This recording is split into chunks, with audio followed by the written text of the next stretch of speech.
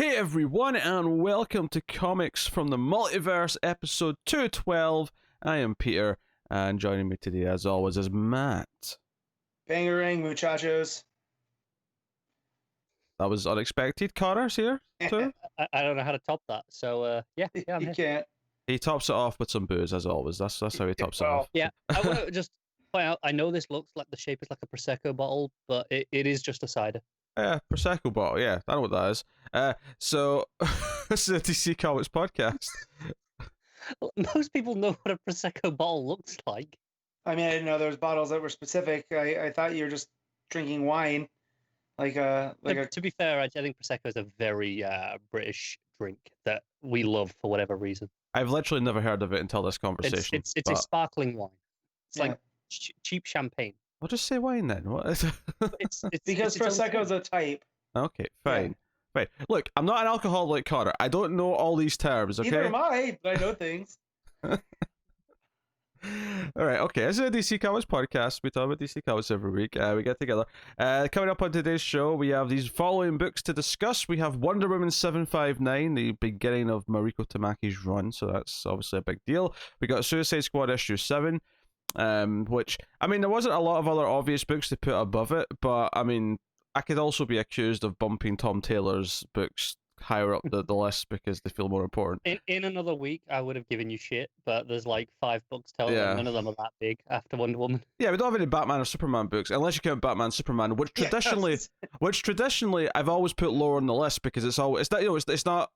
When I say Batman or Superman, I mean Superman, Batman, Action, Detective. They always go higher up the list when they're there. But not Batman, Superman, even though they're in the title. Yeah. To be fair, I'm willing to give Pete the benefit of the doubt here that if we still had like the Dark Knight one that we had in the New 52, it was kind of just superfluous and quality aside, just it was a superfluous extra book. I'd be followed that would have been lower on the list. Yeah, for sure. Sure. It's not like Batman the Outsiders goes to the top of the list when that's out. I mean, it should. It's been that good, but you know. All right, so that's what's coming. Oh, I didn't finish the list, did I? No, because I get interrupted rudely. You interrupted yourself with Suicide Squad. Look, I might have had less sleep and then a weird nap before we started, so my brain's kind of at an awkward place right now. All right, but we got Batman Superman issue 10, as previously alluded to. Legion of Superheroes number 7, Plunge issue 5. That's all the new books we're talking about. But Carr also did a Patriot book in Severed issue 3. So that is what's coming up on this week's show. Okay. All right. Yeah. So trailed off a little bit there. That was weird. Yeah, I thought it was gonna like do something with that, but yeah, no. Ridiculous. Yeah, actually, I don't. We seem to bring up Subway too often on the podcast these days, but I ordered a Subway yesterday, right? Which had been like 2 weeks since the last one, so it's not like I'm having them too often. I had one on Monday for the first time in like 2 months. It was pretty good. Yeah. All I wanted to say is that they're actually. I mentioned last time they gave me like a free cookie. Extra cookies. Yeah. They gave me 3 free cookies yesterday. Mine did not provide any cookies of any sort, barring the one Paige got with her meal. But yeah, they did not provide any extra cookies. Well, I keep getting free cookies. I'm trying to be healthier, and they keep shoving more and more cookies at me. Yeah, I get that. I get where you're trying to be healthy. Like, starting from next week, the UK government's introducing a thing that's like all these meals, if you eat in at like tons of restaurants and chains, like including like McDonald's and KFC as well, are like all half price. And it's like, yeah, that's going to help people eat healthy. Yeah. Half price Big Macs. Yeah, I did see a thing though. They're going to make it illegal to advertise junk food before the watershed, which is 9 p.m. for anyone. I've been saying that for like 5 years. Well, I only heard that this week, and I thought it was really funny because I thought, oh yeah, I can't wait till after 9 o'clock so I can see that sexy chocolate on my TV screen. Yeah, it's apparently like they don't want kids seeing the adverts because they'll want them more. I'm like, kids are gonna want McDonald's regardless of whether or not the adverts. They walk past a McDonald's and they want McDonald's. Like, so are they not gonna sell snacks before 9 too? Because like you go to the grocery store and they're right there. Yeah. Right, exactly. It's like we've all been there. Been a kid. You're driving home. Mum's driving the car home, whatever, and you go past a McDonald's. You're like, hey, Mum, can we get a McDonald's? that's not going to stop just because there's not the kids aren't seeing adverts. Yeah, and since parents are lazy, they go, you know what, that's a good idea. Yeah, we'll get McDonald's. That's right. About half the time they'll cave and go, oh, So, screw it. My dad's thing was, yeah, we can go to McDonald's, but you're not going to the play place. So you're like, Play place? Yeah, so here they had like a playground attached to most McDonald's. And, you know, had the ball pit slides. Yeah, one of mine has that. Yeah. I've never seen that from my life. Okay. Yeah. So like, they use it for birthday parties. Like if you want a birthday party at McDonald's, there's got like a play area. Connor, have you never seen Mac and Me? No. You uncultured swine.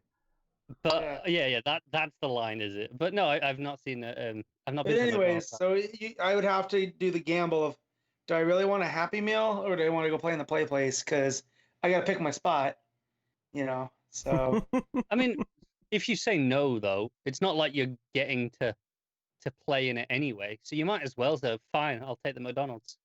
Right. Yeah. Better to have one of those things than neither. I didn't get to my current weight by saying no to McDonald's, Connor. To this day, Matt's still told he's not allowed in the play area by his wife every time they go to McDonald's. Yeah. I believe that. It does help that they're not as fun.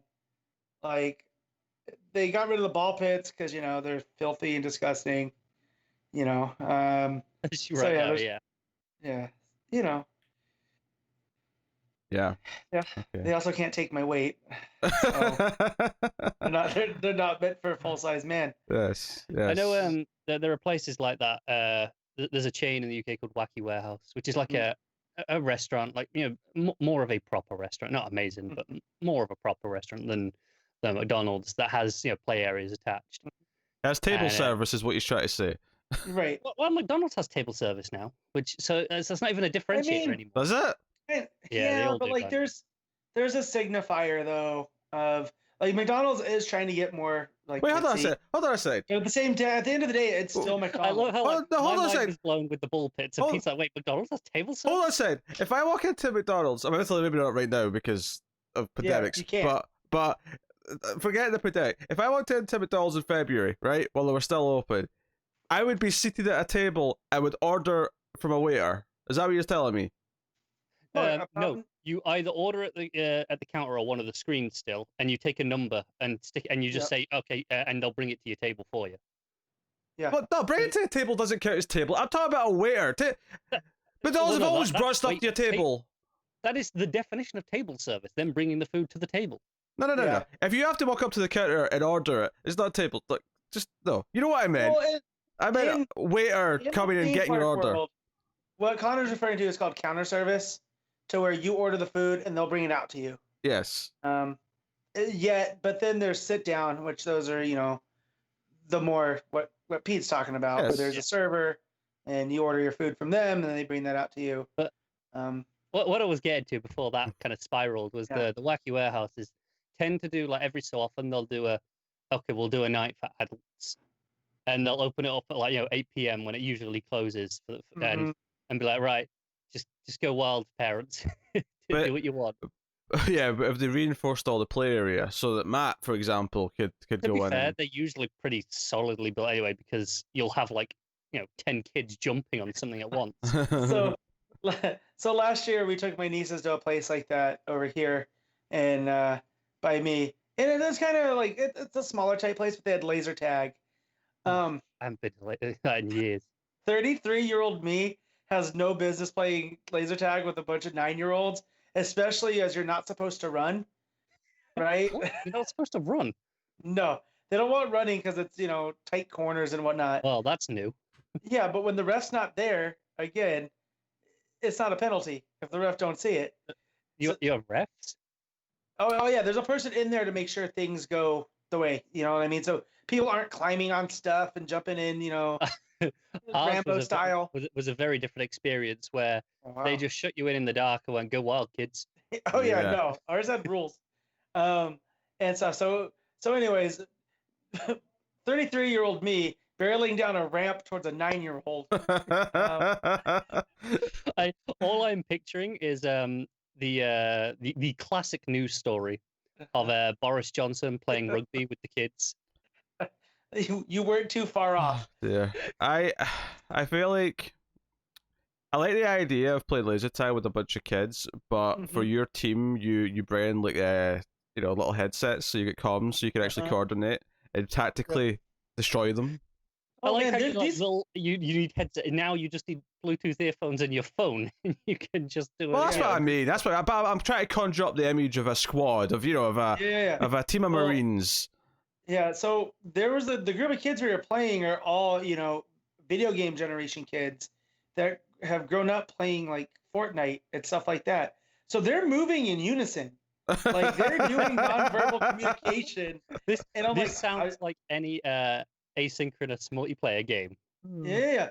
And so like you're the alien or the predator, and they're all the squaddies. And that's basically what it ended up being, because when you can look over the awning and they can't because they're short. Not that I'm much taller, but yeah, you can pick them off. It's great. But anyways, yeah, we need more adult themed stuff like that, like where it's not just for kids, because the most of the stuff at this place was just for kids. So we took my nieces and out of interest, just this is I don't know if this is true over there or not. Every single laser tag place I've ever been in my entire life or ever seen is attached to a bowling alley. Not ours. No, okay. No. Here, most of ours are. This one was there a mini golf? Usually they're attached to a mini golf place. Yeah, I don't think the one I went to when I was a kid was attached to a bowling alley. They're either always attached to it or they're next door or across the street. They're always in the same area. Like I've never seen them apart, like separate. I mean, I've seen bowling alley separate, but I've never seen a laser tag place separate from a bowling alley. And I don't know why. It just people just decided over here that was the combination, and that would be the standard birthday party would be you'd play 3 rounds of bowling and then laser tag and then food after. I mean, the kid that lived across the street from me, that was like my best friend up until like middle school. He always had his birthday at a place called Ultrazone. That was kind of like that, where it was primarily laser tag, but they had like a small bowling alley. But it wasn't. I wouldn't call it like what you're referring to, like a full on where there's multiple lanes. There was ours would be like a 20-lane bowling alley, and then down at the far end the laser tag would be there. Right, and that was basically there was a small arcade and the like 2 or 3 bowling lanes. I can't remember how many, and that was to keep you occupied while you're waiting for the next game of laser tag. So but it wasn't like. But Ultrazone was legit. Like it was huge. You'd go. I mean, granted, I was a kid, so it might not be as massive to my adult brain. There's always a terror of actually walking into one of these places and ruining the memories, isn't there? Yeah, well, actually, on that, I remember when I was in my last year of high school, I went back to my primary school for a thing. The swing band that I was in high school was playing a thing at the primary school, but I actually went back to my primary school, so grade school for Americans comparison. And walking into that place as like a 17-year-old, having not been there since I was 11, like all of a sudden I'm like, I remember this lunch hall being much bigger than this. What the hell? Yeah. And clearly it's because obviously everyone went through puberty after this place, so obviously we'd all look not doubled in height, but like I was like, this seems much smaller. I never had that much because I had a younger brother who was in the same school I went to, that I would go to and pick up, and all the same teachers were there that knew me, so I'd say I'd be in and out. So I never had that moment of I've not been here in years and everything looks weird. Mm-hmm. It happens. You can tell it's not a packed show this week because I will let that ramble on for a good 20 minutes. Yeah. But laser tag's rad, and there should be adult play places, but not like that. That is what we've established this week. Yeah. Mm-hmm. Okay. You could add that to your political to-do list, man. When you run for office. You know what? I bet you that's pretty popular.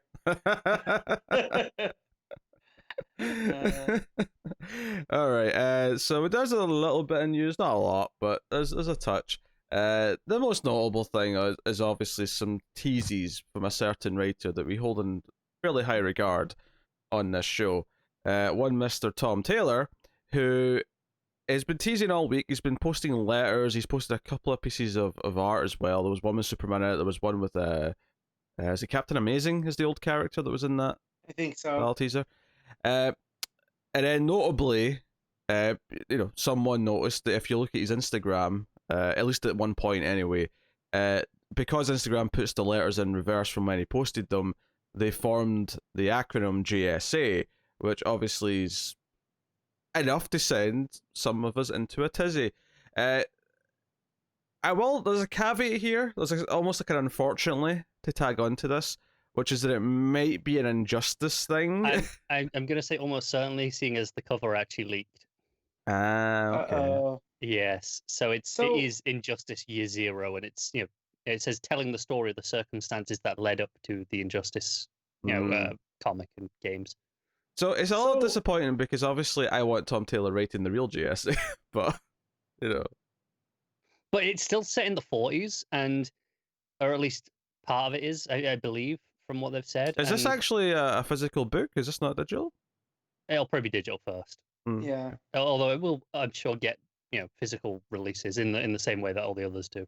It's a shame because this means it's like, well, I probably could read this on its own, but I'm kind of bummed that I haven't read all of Injustice so that it means more to me.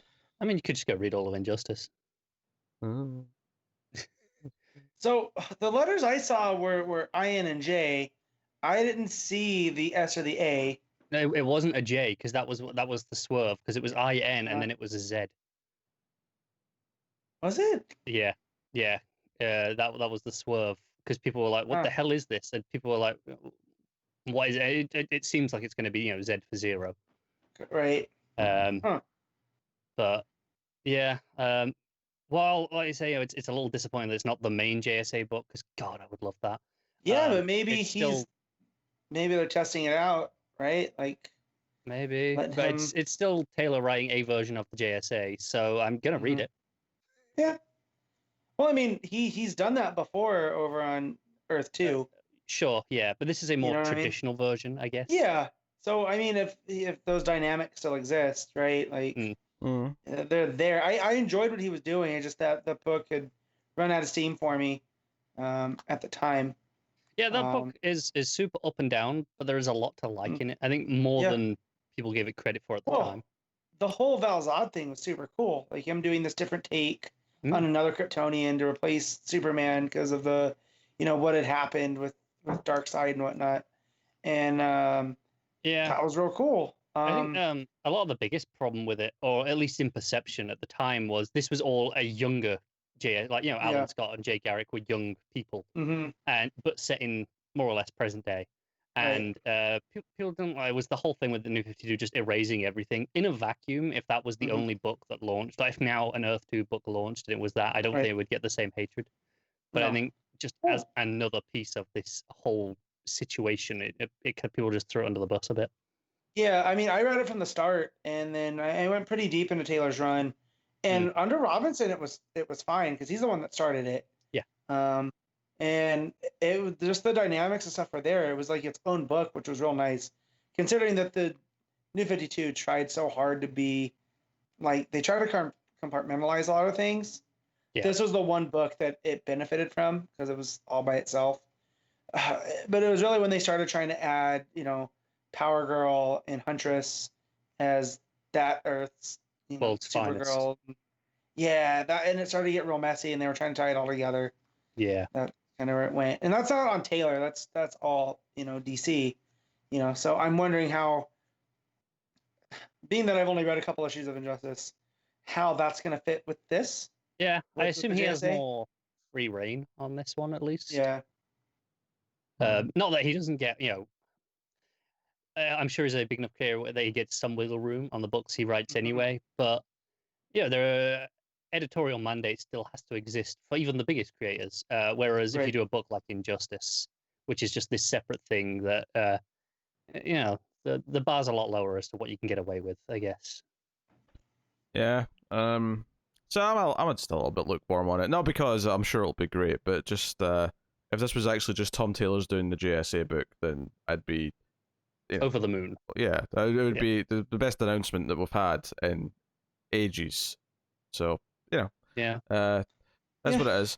A couple of things Scott Snyder related. One is dropping away for the most part from superhero comics. Wants to do his own original stuff, and that doesn't necessarily mean that he's not still involved at DC, or that some of those things might end up being Black Label books or so on and so on. But he's kind of after death metal wants to kind of like go away from those bigger characters, give other people a chance.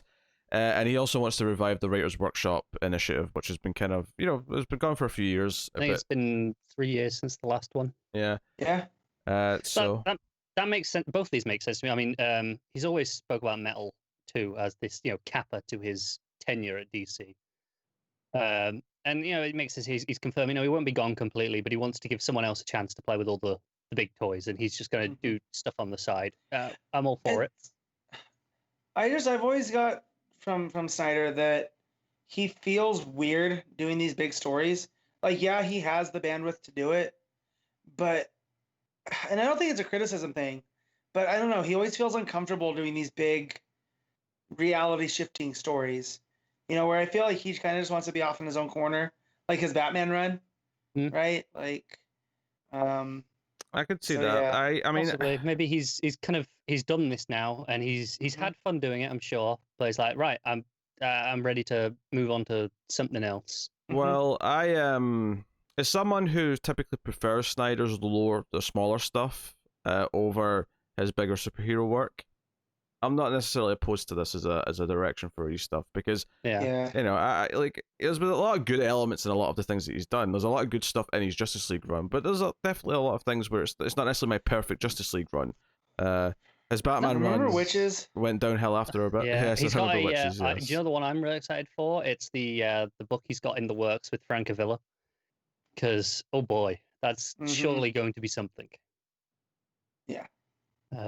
But the Writers' Workshop thing makes a lot of sense for Snyder, given that he is a writing teacher. Yeah. That was his job before, and I mean, that's where Tynan came from, right? Yeah, Tynan was one of his students and became a TA type figure. Yeah, and Margaret Bennett as well. Did the same thing, where they were ex-students, and he kind of brought them in. And I think they've. Oh, you can say, well, it's who you know to get in the door there, sure. But I think both of them have, solidified that they've written some really good stuff. Well, the old adage, cream rises to the top, right? Like, if they weren't as good, they wouldn't still be around. I mean, Tynan's writing Batman now. Yeah, and DC might have given them the shot, but they wouldn't have done everything. Right. Like, and Tynan's, his stuff on Batman stands alone from Snyder's at this point. It's not like they handed him Batman right after Snyder was done. He went to detective and whatnot, and did something completely different. And now he's doing completely different and better on Batman. Yeah. So he's. But I think it just makes sense that he's the one wanting to do this, workshop. That's obviously a passion of his, is the teaching as well as writing the comics and kind of bringing more people into comics. Man, I wish he would put together, Bendis had I have his book, The Words for Pictures, and I went through it a while ago, because that's his textbook that he was teaching from when he didn't have a class. Kind of wish Snyder, because I'd like to see Snyder's, because I know he researches a lot, so I want to know what his process and what he would recommend. Yeah, if you're interested in those sorts of things, I'd recommend a series of Twitter threads by Gail Simone that she did at the start of the lockdown. I think she just called it Comics Twitter School. And it ran for 4 or 5 days, and it was okay, these are the all the tips, the projects, and it'll the idea was by the end of 5 days you'll have some sort of product to to start a pitch almost. So if anyone interested, I definitely recommend going and check out those. I know there's actually been a few people who've come back to it now and gone, hey, thanks to this thing you did, I've got paying gigs now. Oh, that's rad. Yeah, Gail's a good shepherd. I do like seeing these, older generation at this point of comic creators passing it on instead of protecting. I'm not going to tell you my secrets are my secrets. Yeah, right. That's especially Snyder, who has been spearheading DC's line for the past 5 or 6 years at least. Is actively going, no, I want to step back. I want new people to come in and try things. That's cool to see. Yeah. I think Connor's got more news. Yeah, just one more thing. This comes from Brian Hitch's Twitter. He's tweeted that he is drawing and writing a 48-page tie-in to death metal that Obviously, hasn't been announced yet. So we'll see what that is. Presumably in the next solicits. He hasn't told. He hasn't given us any of exactly what it is. I mean, Brian Hitch's writing is not something I'm particularly excited about, but. Me either. But it's just a one shot, so maybe there's something more there than an ongoing. Like the Justice League book, for example. Yeah, maybe it's got a focus and it's got a purpose. So it's like, hey, do this thing with this one character. It's the sort of thing where, depending on what this is, I could be intrigued in reading it. Depending on what its focus is, which I'm sure we'll learn in the solicits.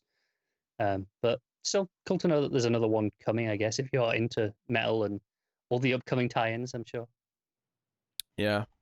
So yeah, that's like 2 months in a row based on the last 2 solicits that I've got 3 issues a month. One just has 3 tie-ins because there's no regular issue, and then I'm pretty sure the last one had a couple of tie-ins plus the regular one. So it did, yeah. So that seems to be the ongoing trend after the first couple issues of Metal. It seems to be mostly one-shots as the tie-ins, as opposed to dragging other series into it, though, which is a model I much prefer. I mean, it's all tie-ins. The only exception is Justice League's arc, which is tied in. But Justice League isn't doing anything anyway. It might as well. It doesn't. I mean, it doesn't have a run. It doesn't have like a writer who's doing a run. It's not interrupting anything. Yeah. So why not? Might as well. It's more relevant than it's been since Snyder left the book, at least. So, hey ho. All right. Well, I guess we can get into the books then. We can fire straight on into them. We're going to kick off Wonder Woman 759. It's great to have this back. Mariko Tamaki writing with Mikel Janin on the art, and this is the start of her run. So it's got that fresh coat of paint, and I was looking forward to this. I was very excited to see what the focus was going to be. We have Maxwell Lord, of course, being a prime factor in here, even teasing the neck snap page with the very intentionally, which obviously she's not snapped his neck, but very intentionally is conjuring an image of that page at one point. Go on, Matt. Well, I was just gonna say, it seems like Tamaki's gonna play with that about how, because I'm still not clear on Max Lord after what was that, the Justice League versus Suicide Squad tie-in that was supposed to lead to bigger things and whatnot. So I'm still not sure what Max Lord's place is. Yeah. I would say hopefully this book defines that. And that's what I'm thinking is gonna go, because why tease that? Right. Yeah. So correct me if I'm wrong, but back when this was announced, they mentioned that she'd be losing the sword and kind of and it was a weird symmetry with what was going on in the movie, because obviously that's a thing in that she wasn't going to be doing the full offensive heroics in that movie. It would just be the lasso and the tiara and whatever. Is that because someone was tweeting me the other day and I mentioned that, and then I thought, I'm going to check, and I googled it and I couldn't find any reference to it. I'm like, did I make this up? I don't remember it, so I mean, I think I remember hearing it in for the movie, right? And so maybe we pause it. Maybe they'll do the same. I think. Do you know what the problem is that I have a memory of reading it and thinking and them saying it was a coincidence that the movie was doing the same thing. But this was announced so long ago now, thanks to delays beyond their control, that it was in the old days of Newsarama before they wiped all their records. and I'm like, did the article exist? And I read it and it's just gone now? If we talked about it in the show, our conversation will still be there to find. That's true. God knows when. But just have to go find the episode and so on. Right, because maybe one of our listeners will remember better than me. When was Wonder Woman 84 supposed to come out? Oh, it was June. June, yeah, originally. June? Was that the original date? Yeah. That was the original month for this as well, I think, actually, now I'm thinking about it. That's why I remember thinking that they were lining up neatly, and obviously we were doing the Max Lord stuff, who's the villain of that movie as well, or a villain of that movie. Yeah, I mean, Wonder Woman, the movie's currently scheduled for October, but we'll see. We'll see. So no, I really like this issue. I suppose I'll get that out of the way. The layouts. I mean, it's the layouts. It's hard not to throw praise on Janin, right? Because it's so easy. But this is so different quibbles.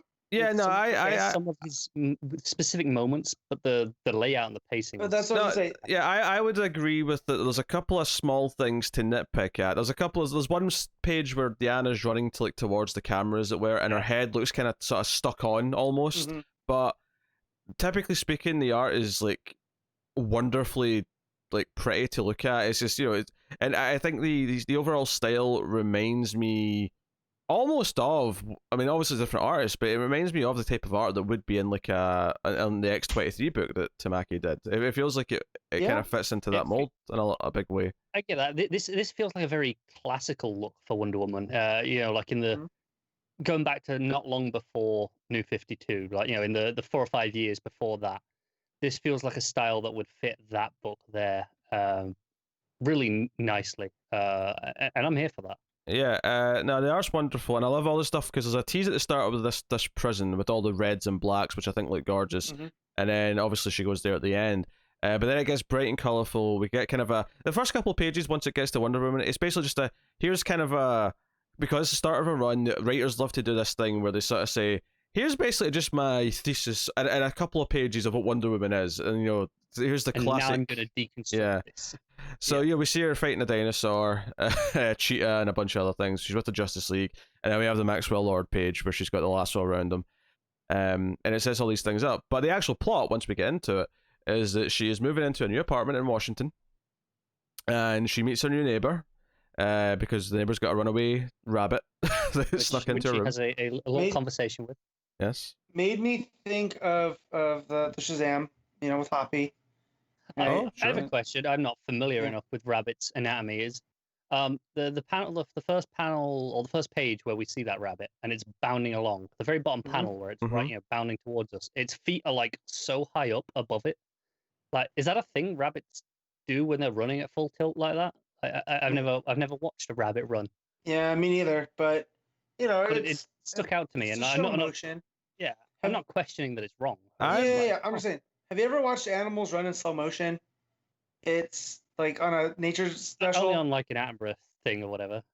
It doesn't say it's wild to see stuff their body does that you don't notice because we're running at full speed in our brain. But yeah, so maybe I think certain.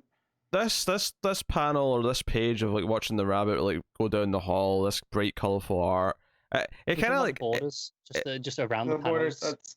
So I wanted to can I finish my sentence? Jesus Christ. No.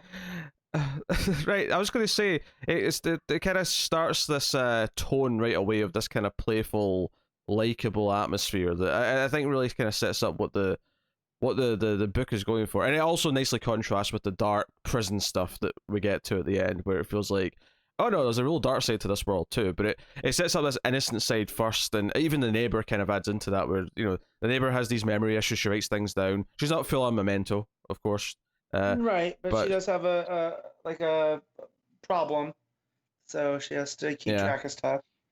So basically Diana needs some furniture. There's a sort of gag almost with she's got all these like statues and like ancient pottery and all that kind of stuff. I didn't realize this because I read this first during the week, so it was a while ago, probably on Tuesday when it came out, and I didn't realize that everyone moving her into the apartments in Amazon.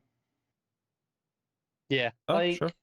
Like when I was reading it the first time, I thought like, oh, these are just people helping like movers or whatever, and I was reading it so quick that I was like, oh no, these are so suddenly you notice these are all very athletic women who are, and you're like, okay, I get who they must be. Right. So I do like that, and then of course they go to the IKEA like store, which is a lot of fun. I believe it was. Yeah, they talk about how people like the illusion of choice, and stuff. So I'm sure I've read enough Tamaki now at this point that I'm sure the whole illusion of choice thing isn't an accident, especially when you start getting with Max Lord. Oh sure, what he's about, because that all comes down to mind control. So obviously thematically, I think this definitely linking in there in a nice little way. So they're at the store. Wonder Woman's even like appalled at the fact that she has to pay $900 for a couch and then assemble it herself. 900. Without I think directions. you'll find. That's what I said. So you said 800. He said 9. Yeah, thank you. Oh, Jesus. Okay. So yeah, but anyway, the thing that happens here is that there's like basically there's some commotion in the distance where a car squeals off, and like a dad and his daughter are kind of like, yelling, "Sarah, stop!" Blah blah blah. So we're not really sure exactly what's happening here, but Wonder Woman goes in pursuit in her bare feet down the highway. I like that. It takes that moment to show, okay, no, she's pulling off the heel. She needs to run. Yeah. But I thought the sequencing in this was fantastic. The sense of speed as this mom, who clearly is not herself. Her eyes are red. The baby in the backseat's crying. Clearly something's taken over, and this is not intentional. That 2-page layout. Her jumping over the car. Is it looks like a hurdle. Like if you ever watch hurdling. Yeah. Oh, with the way the legs are. Yeah, I'm sure. Yeah. I felt that with the sprint as well when she set off. Yeah, talk about Wonder Woman here, by the way, because the way you sort of just said her after I was talking about the mum in the car. I just want to make that clear. We're talking Wonder Woman's the one who's running and jumping, just to make that that clear. When she sets off, obviously that's where that funny panel is that we were talking about earlier with the face. But then the one below it, where it's her setting off the run from behind, and you've got the foot pushing off. It feels like like an actual runner. And so that's the thing with Janin, especially on this art, is nothing feels static. Like you take away the page above where it's weirdly posed, right? Not the page, but the panel. But everything, like without a lot of motion lines and blur and stuff, everything's in motion. And I feel that's a little bit new when it comes to Janin. Like maybe his Grayson, when he was on Grayson, is a little bit like that. Yeah, but I think he did the classic silhouette, transparent. This is an interesting point, actually. I think Matt's bringing up is because I kind of feel this as well. Is that I can definitely see Janin in this, but it doesn't feel like the Janin that was on Batman. It feels like he's intentionally doing something different here. Which I might even like a bit more than his Batman potentially. Yeah. Well, and it feels like he's experimenting because I'm thinking back. That's why maybe Grayson, just because of the nature of that character. There's a grace and a flow to him, right? Hell, but yeah, when you think about his work on Batman and what else has he worked on? I'm not gonna lie, there's actually some panels in here. Some of the faces. Now, as much as I had that complaint where the one where she's running towards the car for the first time, her head looks a bit stuck on. There's panels in here where the faces almost look Sejic-esque.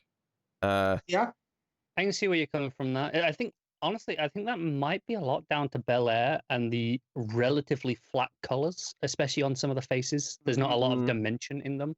And I don't mean that as a bad thing. I think they're really expressive and look great.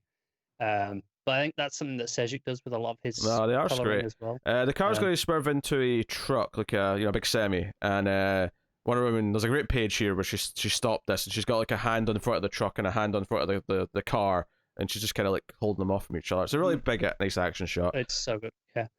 Something Matt hit on with the motion lines, something I found really interesting with that is there are almost no motion lines on Wonder Woman herself, but there are on everything around everything else. Right. The only panel I can think of that really has a lot of motion lines on Wonder Woman is as she's jumping into the car. Do you know what that does? Do you know what that impression it gives? It gives this impression of grace because she's not. It's that, and it shows it's when you're in a car going fast and you look out the window and everything's like just flying past. It gives that impression for her. She's moving that much faster than all the other stuff there. She's the one that feels at equilibrium and still, and everything's just flying by. It gives me the impression that she is. I mean, grace was the best word for it. Really, I've already used that, but like, it gives me the impression that she is so confident and agile and is like and knows exactly what she's doing. That she's never like hesitating or second guessing where she needs to go or what she needs to do. Everything's very kind of laser focused. So it gives this confidence to her as well. Confidence in the art, sure, as well. But I mean, just from a character perspective, she feels confident in what she's doing. But then, of course, this is obviously Wonder Woman has an idea of who's behind this, and this leads to the prison stuff at the end, where the coloring completely changes. It's all blacks and it's deep blues outside, but wants to go inside the prison where presumably there's red lights because there's a riot going on, and we see all the glowing eyes. Wonder Woman's in costume, they're all fighting, and then so there's a couple of great pages of her just fighting all these people. It looks really great, and then Maxwell Lord from the sidelines just says stop, and everyone who was fighting, presumably for his own amusement, or maybe even to draw attention of someone like Wonder Woman, He was making them all fight. They stop and they all stab themselves in the necks, which is actually really because he goddamn tells dark. them to die as well. Yeah.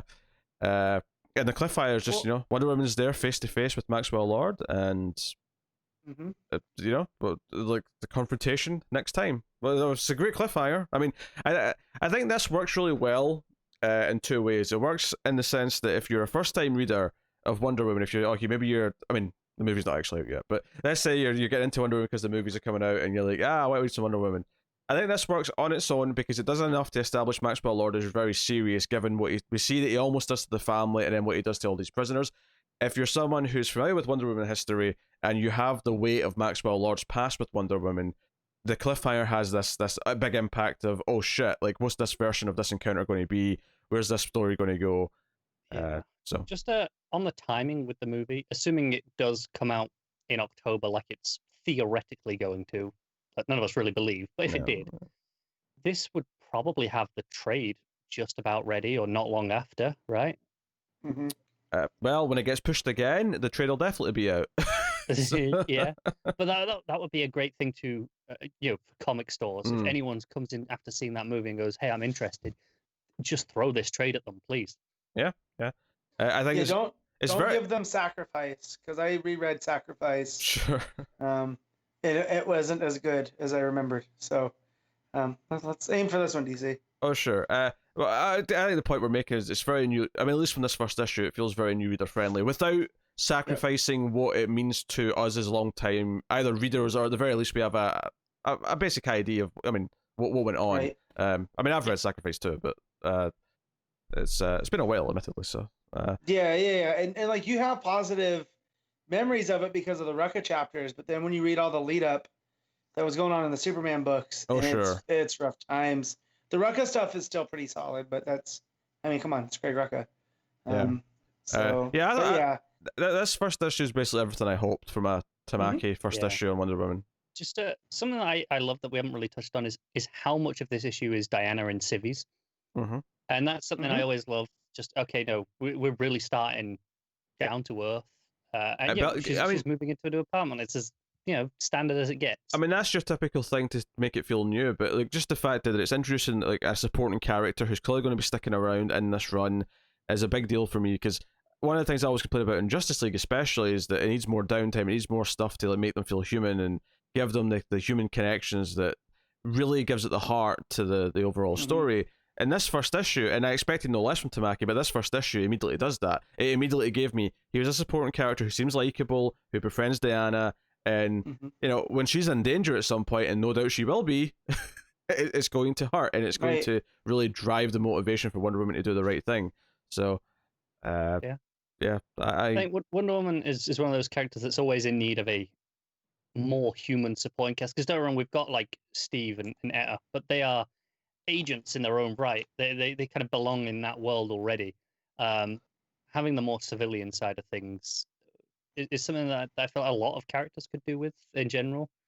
I think it always it grounds them in a more human honestly way. One of the biggest problems with comics is that whenever a new writer takes over a run, they always want to do their own supporting cast and not continue to use whatever the previous writer set up, unless it's like a golden age character, like obviously Superman always has Jimmy and whatnot, but a lot of the characters don't have that established cast that everyone uses, so they end up like you'll like the characters they introduce in this Supergirl run, but then the next Supergirl series starts, it's like, oh no, forget about all those side characters, we're going to do new side characters.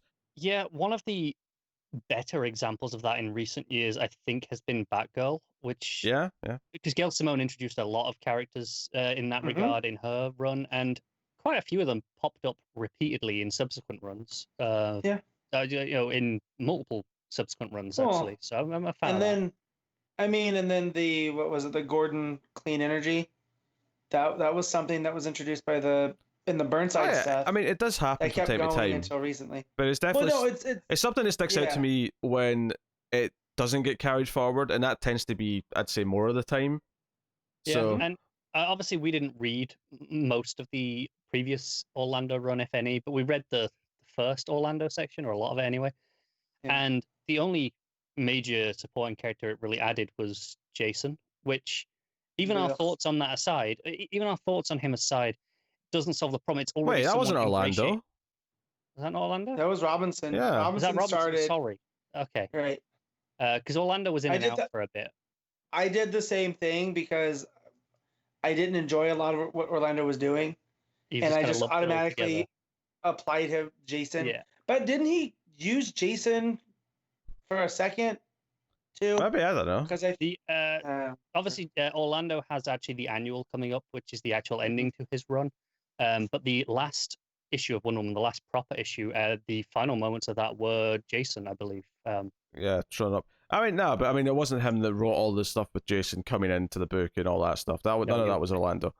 But more the point there being was, okay, it's a new supporting cast, but it's someone who's ingratiated into that side of the world, who's involved in the mythology. I like having the civilian side of it, like we've got here. Yeah, I think a lot of superhero books really benefit from that, and a lot of them don't do it, which is frustrating. So I'm really glad that a lot of the writers that I like, Tamaki, the newer writers like Tamaki, Taylor, these writers, they tend to be very good, and part of what I like about their work is that they have that human element. And if you read Tom Taylor's Friendly Neighborhood Spider-Man, that book immediately did that kind of thing, and it really made it feel like it had a lot of heart, and I cared about who Spider-Man was saving, because I knew people in the community that he was saving. I knew what was at stake every time he was doing something, so it grounded it in a really good way. So it's you always bring up things that the TV shows kind of work at, is having a lot of extra people supporting, and a lot of them inevitably get drawn in, but it's would be nice to see more of those actually make the leap into the comics as some more civilian counterparts. Yeah, what are you gonna say, Matt? No, I was just gonna say, because you bring up both Tamaki and Taylor wrote Laura Kinney, All New Wolverine and X-23, and they both approached it in a similar way, where it was about the relationships to Laura. Because when you think about Wolverine and all the relationships that he had, she's almost in his shadow, and the way that they go about that in building a community, right? That's what Taylor does in All New Wolverine. Do you know what's so funny about this is that as we're talking about this, I'm realizing this is the problem with newer Star Trek, is that old Star Trek, it was always about the characters. It was always about every story is how does it affect Data's like quest for humanity? How does it affect Picard's ideals? How does it affect these things? Whereas the new Picard and New Discovery, it's always about some apocalyptic vision is going to end the universe. It's always about the plot now. So I just think it's funny that I had that thought as we're talking about comic books. But hey, but no, Wonder Woman, fantastic start, I think, and art's a couple of nitpicks aside, art is gorgeous, and I'm excited that Janin, I think, is doing this first arc, and he's alternating. I believe so, yeah. After that, which is a good system. Hopefully, they can stick to that. Hopefully, we've got. I feel like we know who's on the next arc, or at least the next issue in the solicits. We do, I think. I don't recall who it was. I hope it's someone that's good. They can live up to this. Yeah, I mean, to be fair, you always hope the art's going to be someone good, no matter what the context is. But this is particularly good. So yeah, all right, Matt, what are you giving Wonder Woman 7.5? I'm giving this an 8.5. All right, Connor. Yeah, same for me. Yeah, I'm giving it a 9. Kind of loved it. So there we go. Suicide Squad issue 7. Tom Taylor writing with Daniel Sempere on art. Daniel Sempere is an artist who every time he pops up, I vaguely recognize that name, and every time I remember who it is, I'm like, oh yeah. Every time I've seen his name, I'm like, yeah, I actually really like the art he did. This is the second issue he's been on this book, and I think the first time we praised how much he matched Redondo's style. That's still true. Yeah, that's still there. Because he was in like a one shot or maybe a fill-in issue on something like a few years ago on this show that we talked about, and it was like, hey, that was actually really good. And the next time he popped up, I was like, oh, that was that guy who was really good for that one issue. So I feel like it might have been like a Snyder Justice League issue. Yeah, may have been.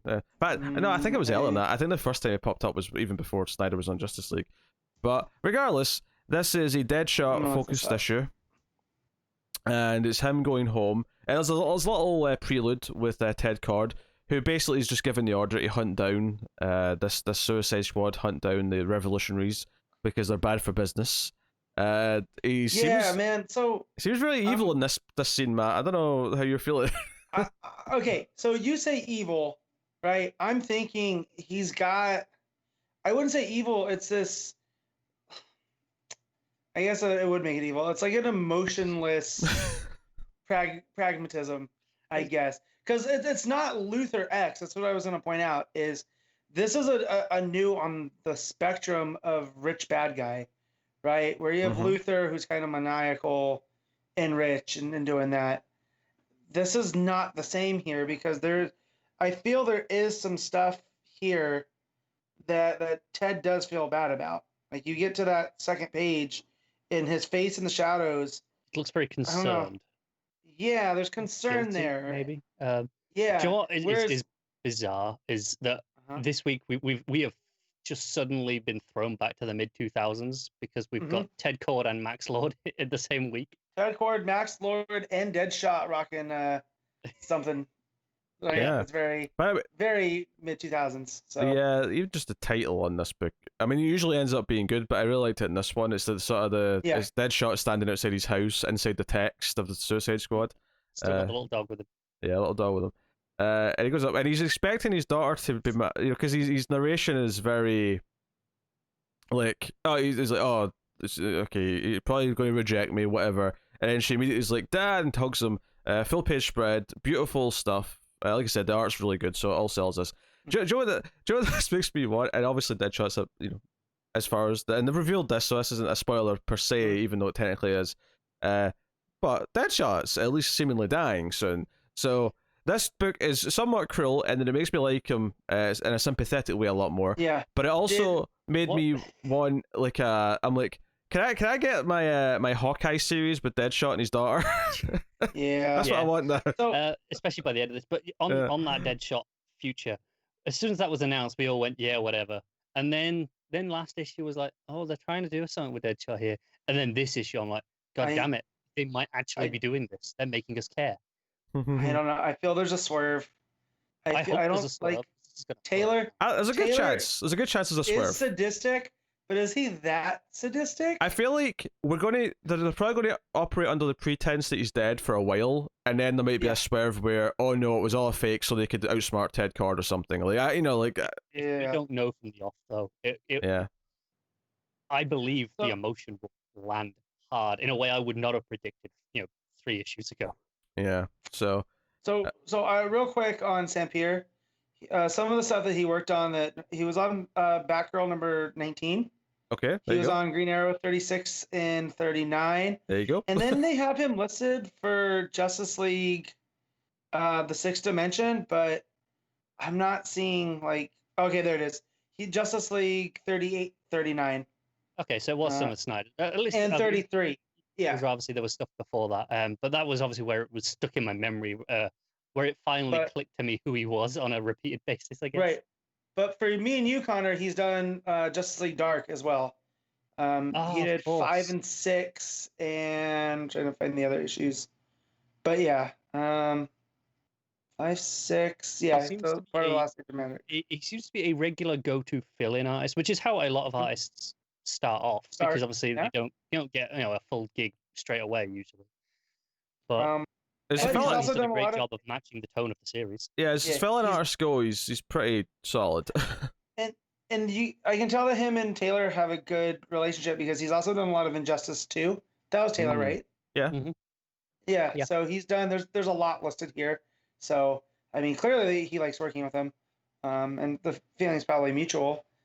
More Sempere, I'm fine with, because as much as his work here is great, I think we do need to create. I think the inker and the colorist, I think, are the same across, so they make it a great job of keeping it consistent. Yeah. So did anybody else get Carl Urban vibes from Deadshot in this issue? I didn't think of that, but I could see what you're saying that. Yeah. We get obviously the ex is kind of talking to him, and he's like, "Nah, I think I'm out of that life, but I don't know what to do yet." So he's not good at anything else. I like the line where you're having a hard time choosing between murder and upskilling. Yeah, it's good. But what I loved about this though is that when he goes to see his daughter, and she's like, "Hey, check this out, Dad," and she's got this costume. So I'm going to be called Liveshot. I don't want to kill anyone, but I want to be like a a new version of you kind of thing. I got big Gabby vibes. Oh sure, yeah. I can see that on this page is actually a really small moment where she's like, "I've been winning a lot of archery competitions," And he just looks around and he's seeing the dartboard and they're all on the bullseye. Yeah. And he's just admiring that as well. He's like, oh, okay. Well, yeah, what I like about this is that I love the secrecy where he's like, if your mum sees that you're like inspired by me, she's going to freak out. Like, you have to change your clothes quick. Like, I love that. That really made me laugh at the end of the page when the mum shouts up. But of course, Deadshot's on the news with the revolutionaries. They're wanted as escaped criminals, and we know he's been pardoned. He knows he's been pardoned, but obviously this makes him look like a bit of a liar. So yeah, and he's like, "Damn it, I should have known that it wouldn't stick." And my favorite bit is like, he's like, "None of that's true. So you didn't kill anyone? I killed one guy." But he started it. Yes, he started it. Which, by the way, I don't know when this happened, but his daughter put the dog into a superhero suit as well. I assume she did it while he goes down to talk to her, right? To talk to the mother in the sequence, and she stays upstairs. And a cape. Yes, it's adorable. And that page, which Matt just mentioned there, with the didn't kill anyone. The bottom panel there, I see the urban. Sure. Yeah. Yeah. Right. Of course, unfortunately, when I think, even though he's obviously, I always loved Carl Urban Rolls Dread, when I think of him now, I just think of him saying things about the Spice Girls and killing supers. Like she's a effing super. He's my first thoughts of him are still Lord of the Rings to this day. But, he's in that. Okay, fair enough. Yeah, he's a fairly main character from the second movie and the third movie. Forward, yeah, he's not Boromir. It's I'm sorry, there were two forgettable. Mirs, I don't remember. It is one of the Mirs. Aelmir. Yeah, it is. Yeah, there you go. One of the Mirs. Anyways, but see, I like the boys, but I don't go there. Like, I just forgot he was in the boys because he melds. Like, to me, he's not Carl Urban. He's his character on the boys, right? But some of these lines, when I realized, like, oh, this could be Carl Urban, I was reading as McCoy from Star Trek. So because there's this put uponness, like, none of that's true.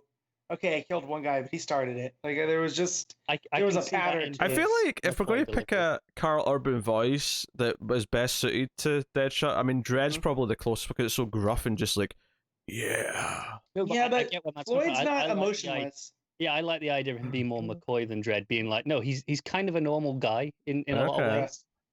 I could see he's not that scary just to talk. But anyway, so the police are outside, or the feds, or whoever, and he's pulling out his guns, and then his daughter's behind him, and he's like, damn it. Okay, so we see him surrender. It's a great page cut where he's out with his hands up, and they're still being very rough with him, and he's saying, hey, like, I'm not fighting back. There's no need to be. And then his daughter, like a true hero, arrows one of them in the knee, and then they point their guns at her. By the way, great full page spread. I think this is what really sometimes, like, when it comes to like the theory, like the theory behind art, like like in movies I'd call this the cinematography, but like, this idea of cutting to a full page panel of her in this ridiculous, like, cheap costume that she's made after this makes it almost feel more endearing that she just did it, that she was willing to do this. Yeah, and it's moments like this that you're getting those Gabby vibes. Or, the Hawkeye series with her kind of being Kate in many ways. So there's this great tense moment where the guys, the SWAT guy's got his gun pointed at the daughter, and you can see the trigger. It's like he's going to do it, and Floyd knows he's going to do it, so he has to go into fight mode. But even once he starts fighting, he's like, no, she's watching, no killing. So I love that even the guy is terrified. He doesn't want to pull the trigger. He's like, please drop the gun. You can see the sweat coming down in the mask in the eyes, just the bit that you can see. Yeah, and he's like, please don't make me shoot. I love the art though in the following page where it's just all the little panels of all the places that he's shooting, where you can see the kneecaps, the hands, the shoulders. Like, it's all these, like, he's still very precise because he's Deadshot, but he's precise in a non-lethal way here, which is kind of wonderful. Well, and I like the emphasis too on that right before when he pulls the gun out of the guy's holster, like the way that it creates an arrow, like the panel to show, like, it zooms in. That's super cool. And then you get kind of more of that with what Pete was just talking about. Mike. Yeah, and even just her, like, then joining in with the arrows, like, to sort of save him at one point. It's really good. It's like, damn, she's actually really good. Now, I've always liked Deadshot as a character. I've always enjoyed Deadshot. I think this run is making me kind of love Deadshot as a character. Deadshot's always been one that I'd say liked even feels generous. I've been I've been accepting of Deadshot. I've been open to Deadshot. Yeah, like, he's a fine part of whatever he's in. Usually, he's a fine addition on the team or whatever. I take him to Slade. They get a lot of similarities, right? The assassins, the gear that they wear, but there's a lot more heart. And that might just be because I first became familiar with him from Secret Six, and the way that Gale wrote him there was, I mean, as far back as I remember reading, him here, it's been that stuff with his daughter has been a driving motivation, which has always given him much more attachment to the world than Slade. I will say this though, that's instantly made his daughter more of a character. Therefore, his motivation of his daughter has a lot more weight to it all of a sudden. Now, obviously, I've not read everything Deadshot's ever been in, so there's a good chance that there's been other attempts to actually make his daughter more of an actual presence, but this was a really good attempt at doing that. And I think the comparison to Deathstroke's really interesting because it shows how different how they are with their kids, because Deathstroke with his kids is this, okay, there is kind of a, good quality at times with it, but it's this very malicious, kind of manipulating... militaristic. Yeah.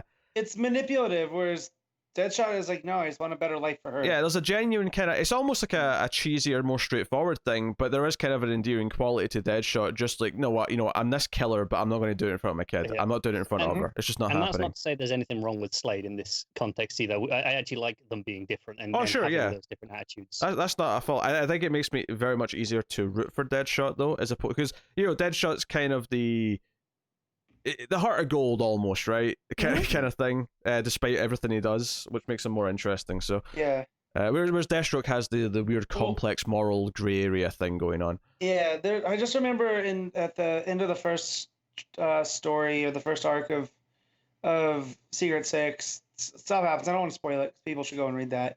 Yeah, I still need to read that myself. Yeah, there's a moment where Deadshot has to admit to something, and there is a twinge of guilt, because he knows that what he did was wrong, but he still had to do it because of other things at risk. Probably his daughter, if I remember correctly. But yeah, and it always has made him a more layered character. And Deathstroke's cool and all, but I almost wouldn't want the same kind of vibe. That's why I like what Priest did in that solo series. Yeah, it's very different. Everything's very cynical, and he's never doing it for the right reasons. So there's no heart there. Though. This is what I was just saying. I like them being different. I don't want Slade to suddenly care. I like him being that character, but we don't need two of that. No. Well, and you would say the same about Deadshot. You don't need him to do that. You want that tie still with his daughter. That's what makes this work. Yeah, I like having that heart. So she almost gets shot again, and this is when Wink kind of comes in and saves her. It's a really fist-pumping moment, this couple of pages, where you realise that the whole team showed up to have his back. It's like, that's kind of sweet. And he didn't expect this. This isn't like... This wasn't planned. It wasn't like, there's backup coming. This is just like, his friends appeared. And as I don't know if it was Wink or Airy puts it to his daughter, that he didn't even know he had friends. Yes, no, I like that a lot. I think the idea that they had his back when there was no reason for them to have his back is, I think, something that maybe might inspire him a little bit. I love the colouring, by the way, in the clouds when Wink takes her up out of the sky. It's gorgeous, isn't it? The purples, the yellows, and the reds. It's really pretty. And then, of course, the team show up. Fun stuff, and very quickly they de-escalate the situation. Deep Six, is that his name? I'm still really learning all these. Deadly Six. Which again, I appreciate. They put all the names on as soon as they all appeared. This is something that they know that crazy. This is a lot of characters for us to get used to and learn the names. And I feel like I'm remembering who they each are in terms of personality, but I'm forgetting their names between most issues. So I appreciate this. I'm pretty good with Wink and Airy and Chaos Kitten. Chaos Kitten, I remember. I think I'm starting to get Osita because she's kind of the leader. But Osita's the big, the big lady. But then Thylacine, that one's not that hard to remember. That's the not Wolverine. Yeah, it's more just if you ask me before I read this issue, it's been a month or so since we've read the previous one, and goes right, describe one of their powers and say what's their name. Like if you've gone, okay, the leader, the big woman, would I have got Osita? Honestly, probably not. No. As I'm reading it, and you say Osita, I'm like, okay, I know exactly who that is. And in 2 weeks, I still may not get it, to be honest. This is why I appreciate them putting the names on there every issue. And here, you guys will never forget Osita now, because I'm going to tell you it means Lady Bear. So, of course, you know that, Matt. Yeah. All right, so Deadly Six gets rid of the little SWAT team by making them all greedy, so they all run for their lives. Yeah, self-preservation. Yeah, so that hug at the bottom of the page with Deadshot and his daughter is great. But Deadshot's like, okay, I trusted the pardon. I shouldn't have, so therefore I'm going to have to take care of this and do something about it. So the final page is him sort of leading the team, as it were, with the line, "It's time to kill the Suicide Squad." So taken to the fight to Ted Cord. So maybe some actual confrontation with Cord, and maybe get some kind of inkling as to why he's doing what he's doing next issue. Also, I know we're getting the Aryan Wink origin stuff next issue. Yep. Okay. Which is interesting. Which I don't know if you guys are staying up to date with Hope at World's End. I haven't read the last one yet. I haven't read the last one or two. They factor prominently into this week's one that came out. So it's pretty cool that you can tell he has a lot planned with these characters. He really likes them. That's a shame. They're good characters. Well, yeah. But I mean, it's interesting he put those two in versus, let's say, Osita and Deadly Six, right? Like, also Deadshot going to his old school look, kind of more the helmet-y. Yeah. Very, very this was what was lying around in the house. Yeah. And I like the idea that it was at his house, but he hasn't been at his house for so long. So this is like 3 costumes ago. What's interesting, I don't think he's ever been to this house. This is, or at least not lived in this house. He hasn't lived in that, but they because they mentioned that the wife or the ex bought it with his money. Some of his stuff is still there, I guess. Yeah, but that's what I like, that it's been there, stashed away, and that's why it's this older, almost 90s version. It's very blocky with all the pouches and if there's ever a character that needed pouches, it is him. Yeah. Well, he's got to carry all the extra ammo. You see, it's well, exactly. and we kind of skipped over it with Ted, I think, where the conversation he has, they have somebody that they refer to as her. Yes. At the beginning, before he gets onto the plane, and kind of hint that they have someone within the squad that's kind of like a sleeper. I didn't get that, because there's no way they can know about the girl, and they go, no, there's no digital record of it, and she's waiting for I didn't get in a cell. Yeah, I didn't get sleeper from this either. I got he's got some secret person for whatever reason. Like, I don't know. I would not be surprised if it's like Ariel Wink's mother or something like that. Mm-hmm. Something along those lines. So maybe I'm getting something. Wait, it wasn't from the solicits. Wait, it wasn't. I remember reading one of the solicits that says something about he's someone within there. Wait, didn't Osita have wasn't her backstory with a sister or something like that? It was her significant other. Oh yeah, you're right. They got killed by the Suicide Squad when they were trying to bring him in. I'm suggesting they're going to pull a twist here where someone who we thought was dead is alive, but I took this more that Ted's got someone secretive that he doesn't want anyone to know about, and luckily they'd keep her off record, so so I took it as something he has somewhere else rather than someone on the team. But I mean, I could be wrong, but that's the way I read it. No, he actively says she's waiting on the island for you. Oh, there you go. Yeah, there you go. Right. Yeah. So. But I mean, that does not mean that there isn't someone that's a sleeper. Oh, sure, yeah. No, because I'm definitely conflating that then, because I remember reading in the solicits something about there's a betrayal, but that could mean anything. It doesn't mean they're on Cord's side. It could just be, it could be Harley going like, solicits, I'm tired of all of this. Often intentionally misleading. Yeah.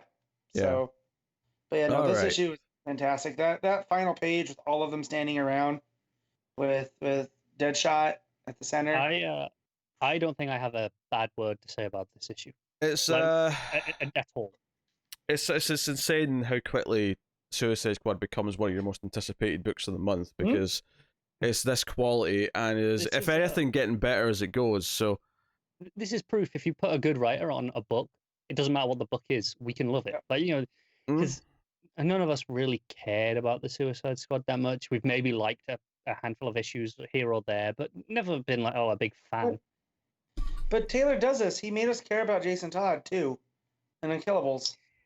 So like, it is all about. Let's face it, is kind of the real like miracle. Yeah. Which it's going to be really interesting with Three Jokers being, you know, with Jason Todd being presumably a rather large part of that from what they're teasing. If there's anyone else other than Taylor that can make us care, it's Johns, right? Oh sure, yeah. Maybe.